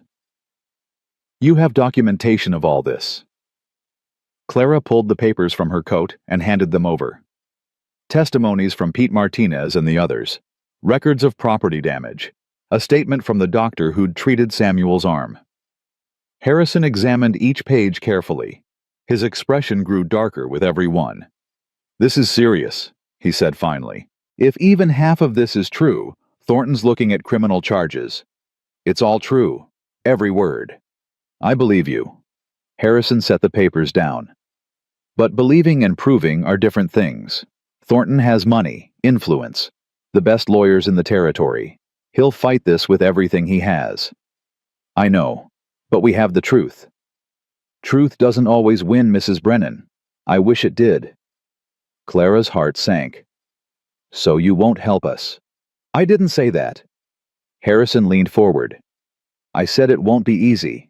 There's a difference. He picked up the papers again. I'll need time to review these properly. A few days at least. In the meantime, you should stay in town. Find a hotel. Keep your head down. Keep my head down. Thornton has eyes everywhere. If he knows you're here trying to build a case against him. Harrison didn't finish the sentence. He didn't need to. Clara swallowed hard. I understand. Good. Come back in 3 days. I'll have answers for you then. 3 days. Clara nodded and rose to leave. Mrs. Brennan. Harrison's voice stopped her at the door. Be careful. Thornton's not a man who forgives easily, or forgets. Neither am I, Clara said quietly, and left. She found a small hotel near the edge of town, cheap but clean. The room was barely bigger than a closet, with a narrow bed and a window that looked out on an alley. Clara locked the door, wedged a chair under the handle, and finally allowed herself to breathe. 3 days. She could survive 3 days. She wrote a letter to Samuel that night, telling him she'd arrived safely, that Judge Harrison was reviewing the evidence, that everything was going according to plan. She didn't mention her fear. Didn't mention the way her hands shook as she sealed the envelope. He had enough to worry about. She wouldn't add to it. The first day passed without incident. Clara stayed in her room, venturing out only to mail her letter and buy food from a nearby shop. She saw no one suspicious, heard nothing alarming. Maybe Harrison was wrong. Maybe Thornton didn't know she was here.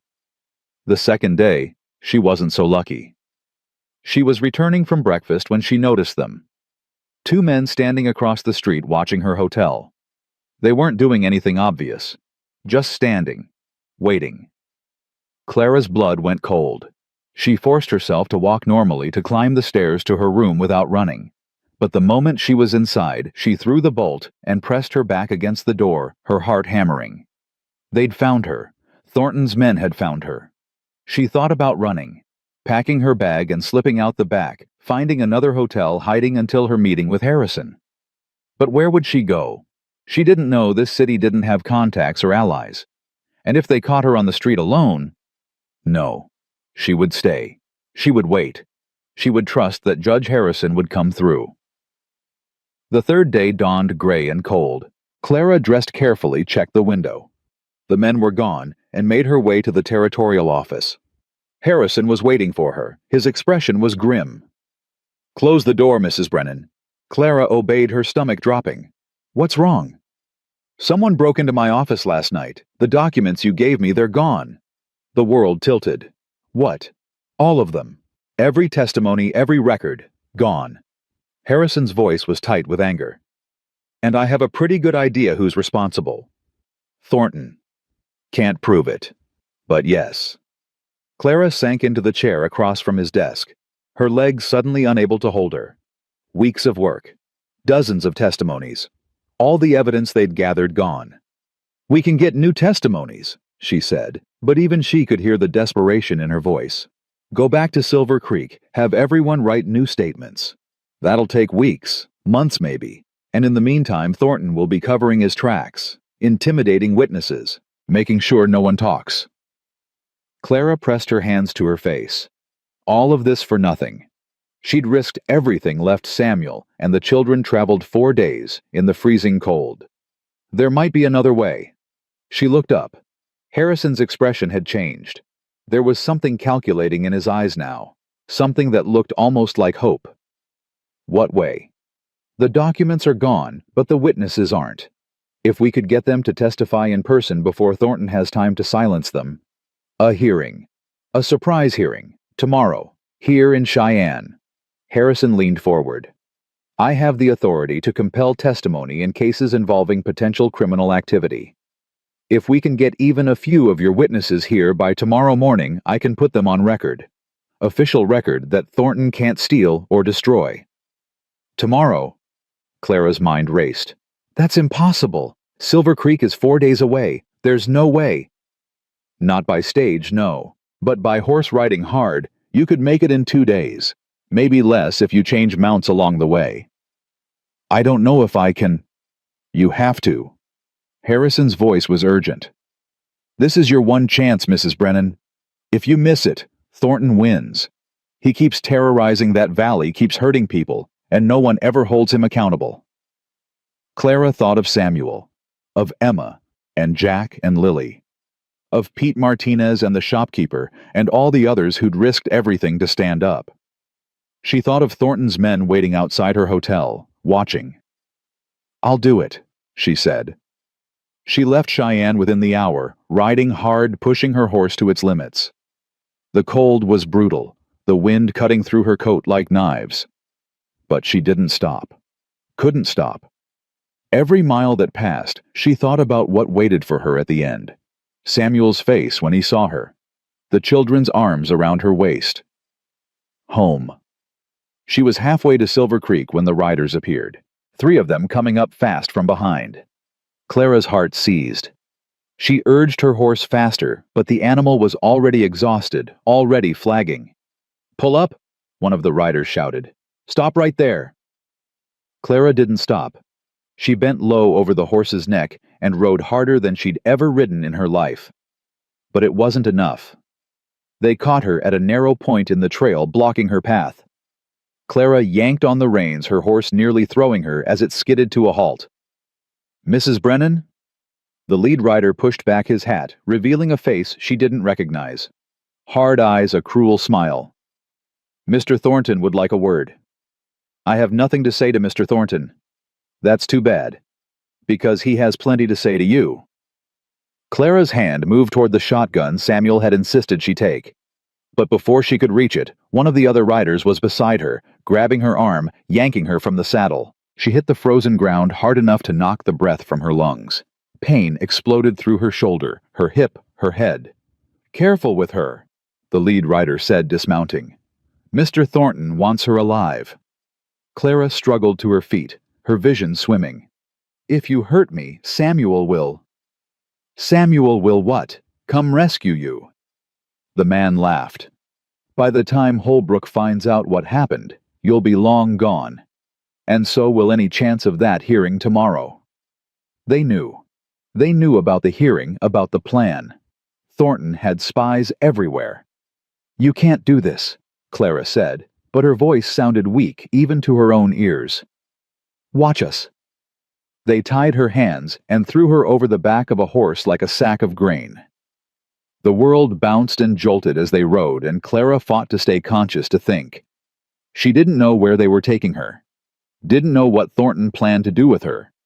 But she knew one thing with absolute certainty. She was not going to die here. She was not going to let Thornton win, not when she finally had something worth living for. They rode for what felt like hours. Clara lost track of time, lost track of direction. The cold seeped into her bones until she couldn't feel her hands or feet. Her shoulder throbbed where she'd hit the ground and her head ached with every jarring step. Finally, they stopped. "Get her down!" Rough hands pulled her from the horse and set her on her feet. Clara swayed but didn't fall. She forced herself to stand straight to look her captors in the eye. They were at a cabin in the middle of nowhere. No other buildings in sight. No witnesses. Inside, they pushed her through the door into a single room with a cold fireplace and a rough wooden chair. One of the men shoved her into it and retied her hands behind her back. "Mr. Thornton will be here in the morning," the lead writer said. "Get comfortable." They left, locking the door behind them. Clara heard them settling outside, talking in low voices, laughing. She was alone. For a long moment, Clara let herself feel the fear. Let it wash over her, through her. She was tied up in the middle of nowhere, captured by Thornton's men with no way to reach Samuel or anyone else. But then she thought about Lily's face the night of the nightmare, about Emma's fierce determination, about Jack's quiet courage, about Samuel's voice rough with emotion, telling her he loved her.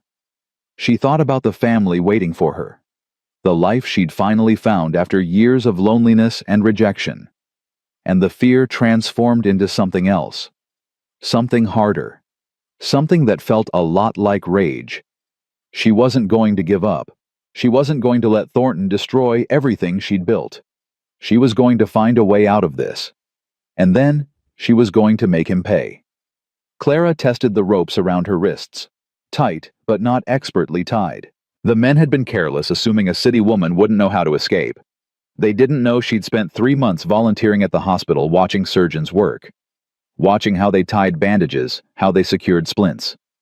She'd learned to tie knots with her eyes closed, which meant she knew how to untie them too. It took time. Hours, maybe. The cold made her fingers clumsy, and the rope bit into her skin until she felt blood. But she didn't stop. Couldn't stop. Finally, the knot loosened.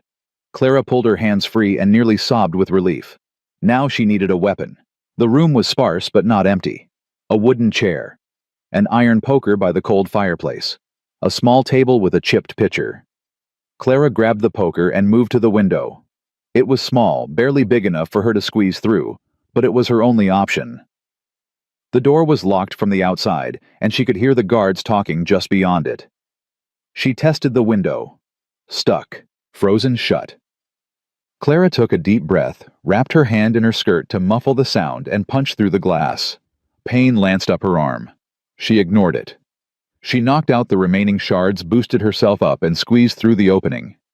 The cold hit her like a wall. The night was pitch black, the wind howling. She couldn't see the guards, but she could hear them on the other side of the cabin. Clara ran. She didn't know where she was going. Didn't know which direction led to help, and which led to more wilderness. But she ran anyway, the poker clutched in her bleeding hand, her breath coming in ragged gasps. Behind her she heard shouting. They'd discovered she was gone. Clara ran faster. She didn't know how long she ran. Minutes or hours, it all blurred together. The cold was numbing, and her feet caught on rocks and roots she couldn't see. She fell twice, 3 times, scrambling back up each time. And then, impossibly, she saw lights. A farmhouse in the distance, warm yellow windows glowing in the darkness. Clara stumbled toward it, her legs giving out just as she reached the porch. She pounded on the door with her bloody hand. "Please, please help me." The door opened, and a woman's face appeared. Older, weathered, with kind eyes that went wide at the sight of Clara. "Lord have mercy. Get inside, child. Quick."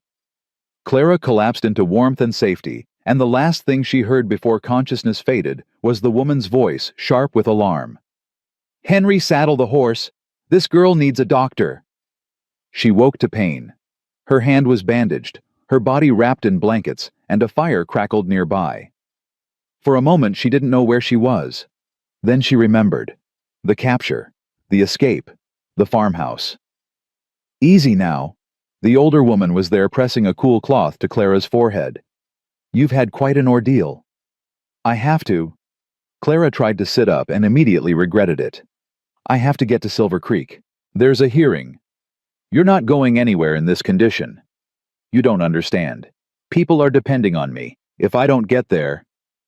If you try to ride in this state, you'll fall off your horse and freeze to death. The woman's voice was firm. My husband's already gone to town to fetch the doctor, and he's sending word to Silver Creek. Someone named Holbrook, you were calling for him in your sleep. Samuel. Clara's eyes filled with tears. He's my... She didn't know how to finish. My employer, my fiancé. The man I love more than anything. I know what he is. The woman's voice softened. Rest now. Help is coming. Clara wanted to argue, wanted to leap up and ride to Silver Creek herself, but her body had other ideas. The exhaustion was crushing, overwhelming, and despite her best efforts, she felt herself sliding back into darkness. The last thing she thought before sleep claimed her was a prayer. Please let him come. Please let him find me. Please don't let it be too late. Samuel came for her at dawn. Clara woke to the sound of hoofbeats, dozens of them pounding through the frozen earth like thunder. She pushed herself up, despite the pain, her heart racing, and then the door burst open, and he was there. Clara. Her name on his lips was a prayer and a curse and a sob all at once.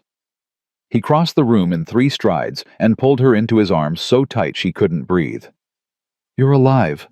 God, you're alive. Samuel. She buried her face against his chest, breathing him in.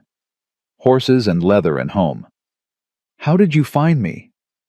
The farmer's husband rode through the night, found Pete Martinez first, and Pete found me.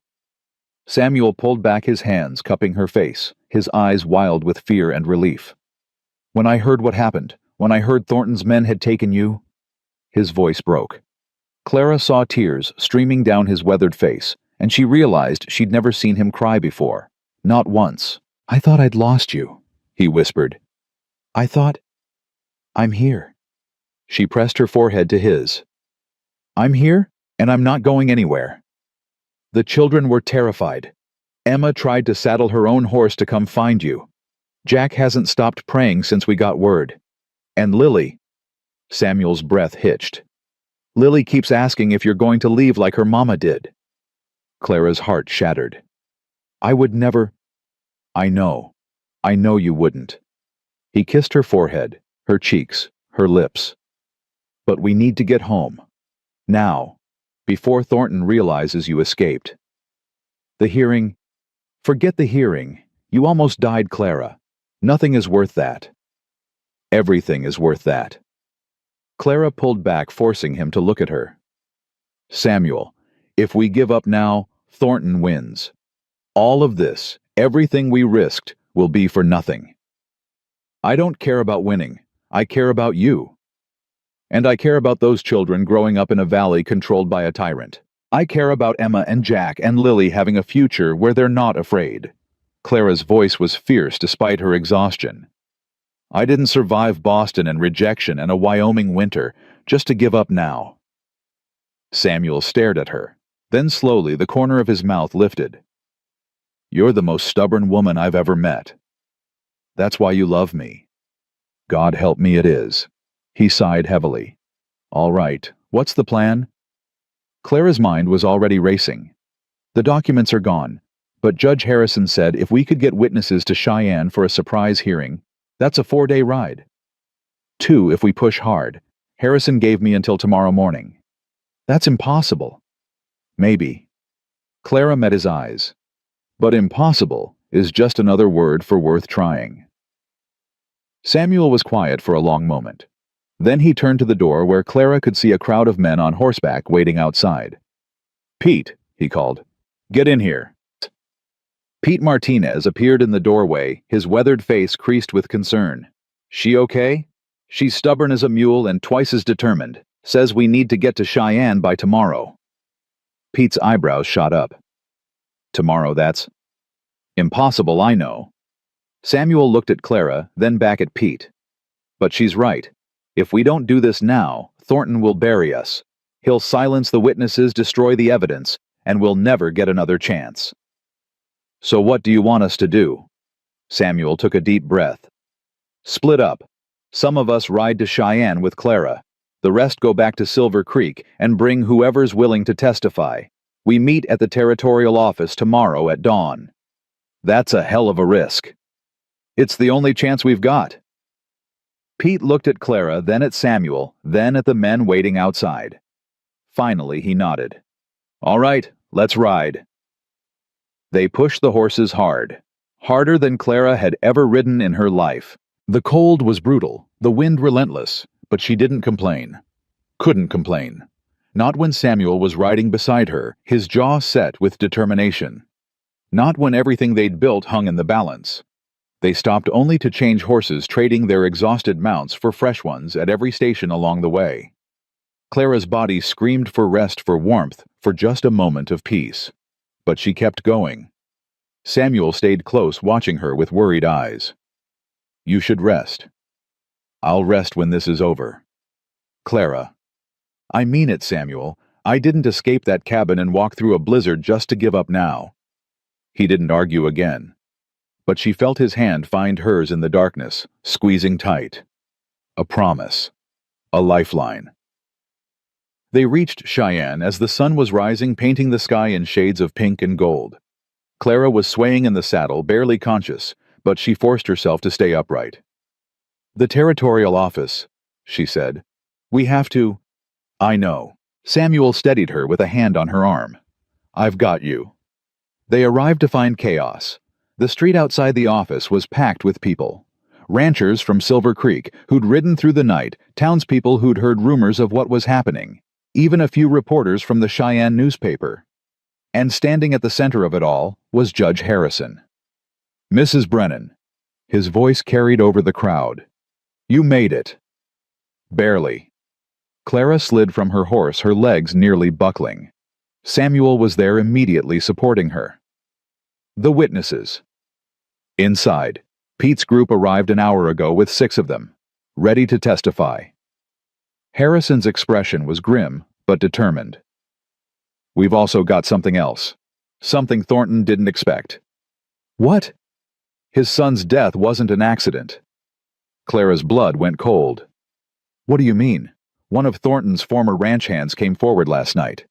Says he saw what really happened 5 years ago at the Holbrook place. Says Thomas Thornton didn't fall from his horse. He was pushed. Pushed by who? Harrison's voice dropped. By his own father. The world seemed to stop. Clara heard Samuel's sharp intake of breath beside her. That's impossible, Samuel said. Why would Thornton kill his own son? Money. Thomas was planning to leave, take his inheritance, start his own ranch far from his father's influence. Thornton couldn't stand losing control. Harrison's jaw tightened. He staged the accident, blamed you to cover his tracks, and he's been trying to destroy you ever since, not out of grief, but out of guilt. Clara felt sick. All these years, Samuel had carried the weight of believing he was responsible for a boy's death, and the whole time the real killer had been playing the victim. Can you prove it? She asked. The ranch hand is willing to testify. Along with everything else you've gathered, it should be enough. Harrison looked at her with something like respect. You started this, Mrs. Brennan. Now let's finish it. The hearing was unlike anything Clara had ever experienced. The territorial office was transformed into a makeshift courtroom, packed with witnesses and spectators, and at least 3 newspaper reporters scribbling furiously in their notebooks. Judge Harrison presided from behind his desk, his expression severe. And across the room, looking like a man who'd been dragged to his own execution, sat Marcus Thornton. He'd been arrested that morning, caught trying to flee the territory. Now he sat in chains, his silver hair disheveled, his fine clothes wrinkled and stained. He looked old, defeated, but his eyes still burned with hatred when they found Clara. You, he spat. You did this. No. Clara's voice was steady. You did this. I just made sure people found out. The testimonies took hours. Pete Martinez went first, describing years of intimidation and sabotage. The shopkeeper followed, then the other ranchers, each one adding another piece to the damning picture. And then the former ranch hand took the stand. His name was William Crane, and he'd worked for Thornton for 15 years before leaving in disgust. His voice shook as he described what he'd witnessed 5 years ago. Thomas was planning to leave. Told his father he was done, that he wanted nothing to do with the family business. Crane's eyes were haunted. Mr. Thornton lost his mind, said if Thomas left, he'd never see a penny of his inheritance. Thomas said he didn't care about the money. That's when Mr. Thornton... He stopped, swallowing hard. What happened next, Mr. Crane? Harrison prompted gently. They were at the Holbrook place. Thomas had gone to see the new foal he loved horses always had. Mr. Thornton followed him. I was nearby checking a fence line. I saw the whole thing. Crane's voice broke. He pushed Thomas into that horse, made it rear up, throw the boy. Thomas hit his head on a rock, died right there in the dirt. The courtroom erupted. Thornton surged to his feet, his face purple with rage. Lies. He's lying. Sit down, Mr. Thornton. Harrison's voice was cold. You'll have your chance to speak. But Thornton wasn't listening. He was staring at Clara, at Samuel, at everyone who'd gathered to witness his downfall. You think this changes anything? His voice was barely recognizable, twisted with hatred. You think destroying me will save your pathetic little ranch? I'll burn it to the ground. You'll do nothing. Samuel stepped forward, his voice quiet but deadly. Because you're going to prison, Thornton. For murder. For attempted murder. For everything you've done to this valley. You can't prove... We already have. Samuel's eyes were ice. And even if we couldn't, even if you walked out of here a free man, you've lost. You've lost your reputation, your power, your hold on this community. Nobody's afraid of you anymore. Thornton's face crumpled. Just for a moment, beneath all the rage and hatred, Clara saw something else. Something that looked almost like grief. He'd killed his own son, his only child, and he'd spent 5 years trying to bury that guilt by destroying an innocent man. It was the saddest, most terrible thing Clara had ever witnessed. The verdict came swiftly. Guilty on all counts. Thornton was sentenced to 25 years in the territorial prison, effectively a death sentence for a man his age.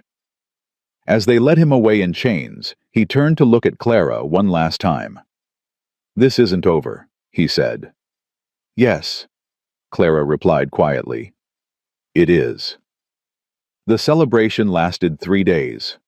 The whole valley seemed to come together, gathering at the Holbrook Ranch to mark the end of an era. People brought food and drink and music, and for the first time in years, there was laughter echoing across the snow-covered hills. Clara stood on the porch, watching the festivities, trying to believe it was really over. That Thornton was gone. That they were safe. Penny, for your thoughts. Samuel appeared beside her, sliding an arm around her waist. I was thinking about how far we've come. 2 months ago, I stepped off a stage thinking my life was over. Clara leaned into him. Now look at us. Quite a journey. The hardest thing I've ever done. She turned to face him. And the most worth it. Samuel's eyes were soft as he looked at her. I never thanked you properly. For everything you did. For refusing to give up when I was ready to surrender. You don't have to thank me. This is my family too. Speaking of family, Samuel reached into his pocket and pulled out a small velvet box. I believe I asked you a question before you left for Cheyenne. You never gave me a proper answer. Clara's heart stuttered. Samuel? Clara Brennan. He opened the box to reveal a simple gold band, worn smooth with age. This was my mother's ring. She gave it to my father when they had nothing but hope and each other. They built a life together, a family, a home. His voice roughened. I want to build that with you, if you'll let me. Clara was crying.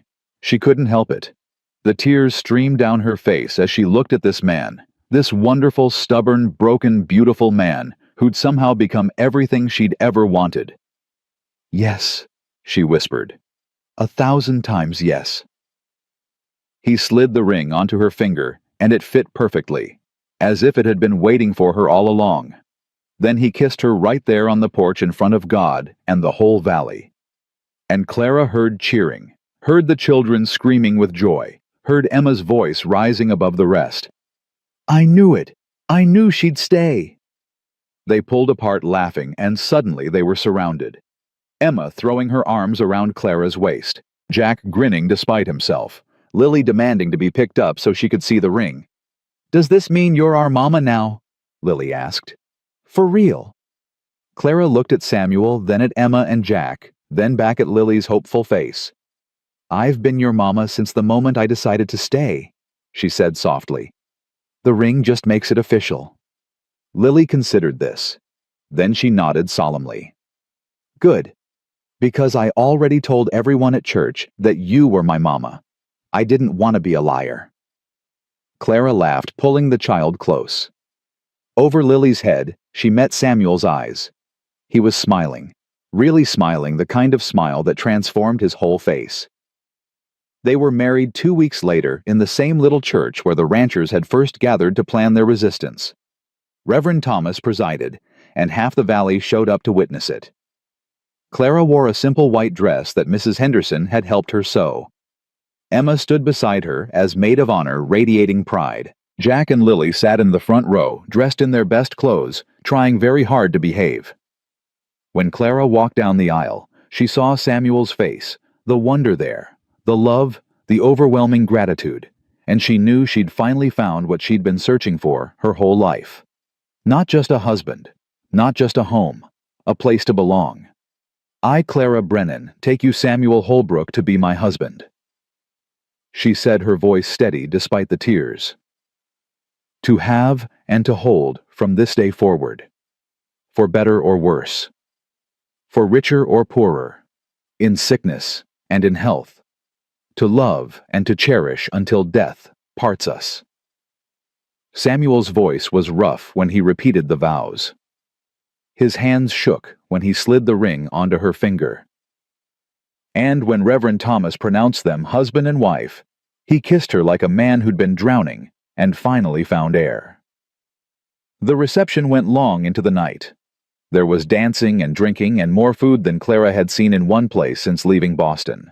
The children fell asleep in a pile by the fire, exhausted and happy. And when the last guest had gone and the house was quiet, Samuel carried Clara across the threshold of their bedroom now, and set her down gently. "Welcome home, Mrs. Holbrook." Clara looked around the room. Sarah's room once, still holding echoes of the woman Samuel had loved and lost. But Clara didn't feel like an intruder anymore. "It doesn't bother you?" she asked. "Being here where you were with her?" "No." Samuel's voice was soft. "Sarah would have wanted this. Wanted me to be happy.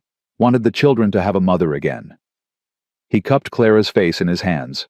"She would have loved you. I wish I could have known her. You know her through the children, through Emma's stubbornness and Jack's kindness and Lily's endless optimism." Samuel smiled. "The best parts of Sarah live on in them, and now you're part of that too." Clara kissed him, then pouring everything she felt into it. Gratitude. Love. Hope. The overwhelming joy of finally being home.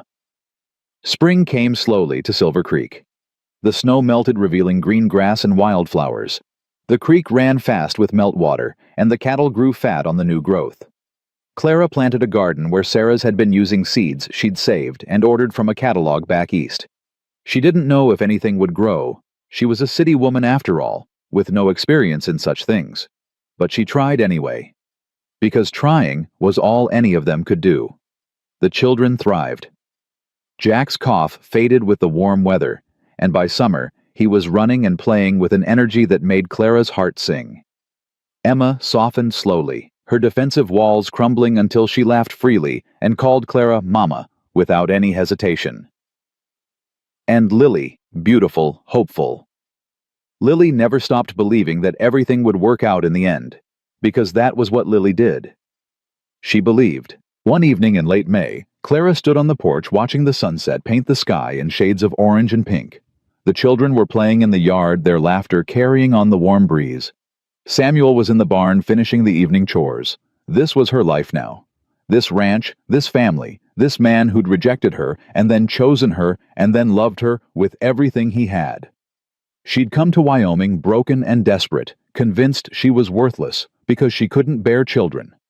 She'd been told her whole life that a woman's value lay in her womb, that without children she was incomplete. They'd all been wrong. She had 3 children who called her mama. 3 children who'd needed her exactly as she was, not for what her body could produce, but for what her heart could give.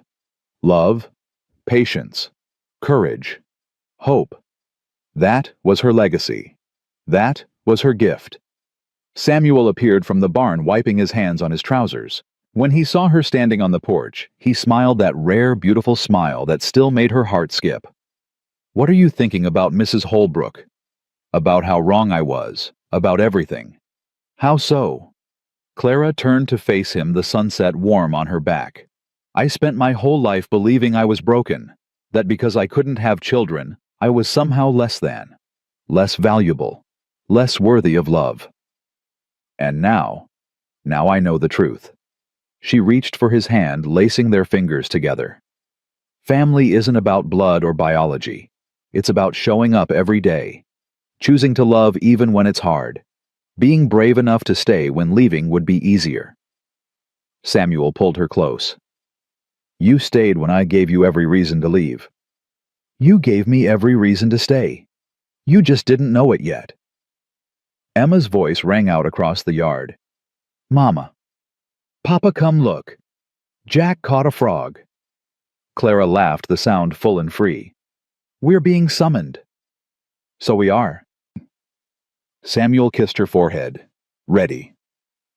She looked at him. This man who'd been so broken when she arrived, who'd rebuilt himself alongside her, who'd taught her that second chances were real and possible and worth fighting for. "I've been ready my whole life," she said. "I just didn't know what I was waiting for." They walked down to join their children, hand in hand, the sunset blazing behind them. Clara Brennan had traveled 400 miles to become a mail-order bride. She'd been rejected for being barren, stranded in a frozen wilderness, and told she was worthless. But she'd found something better than acceptance. She'd found purpose. She'd found family. She'd found herself. And in the end, the woman who couldn't bear children had become the mother of 3, not through her body, but through her heart. Not by blood, but by choice. And that Clara knew was the strongest kind of family there was.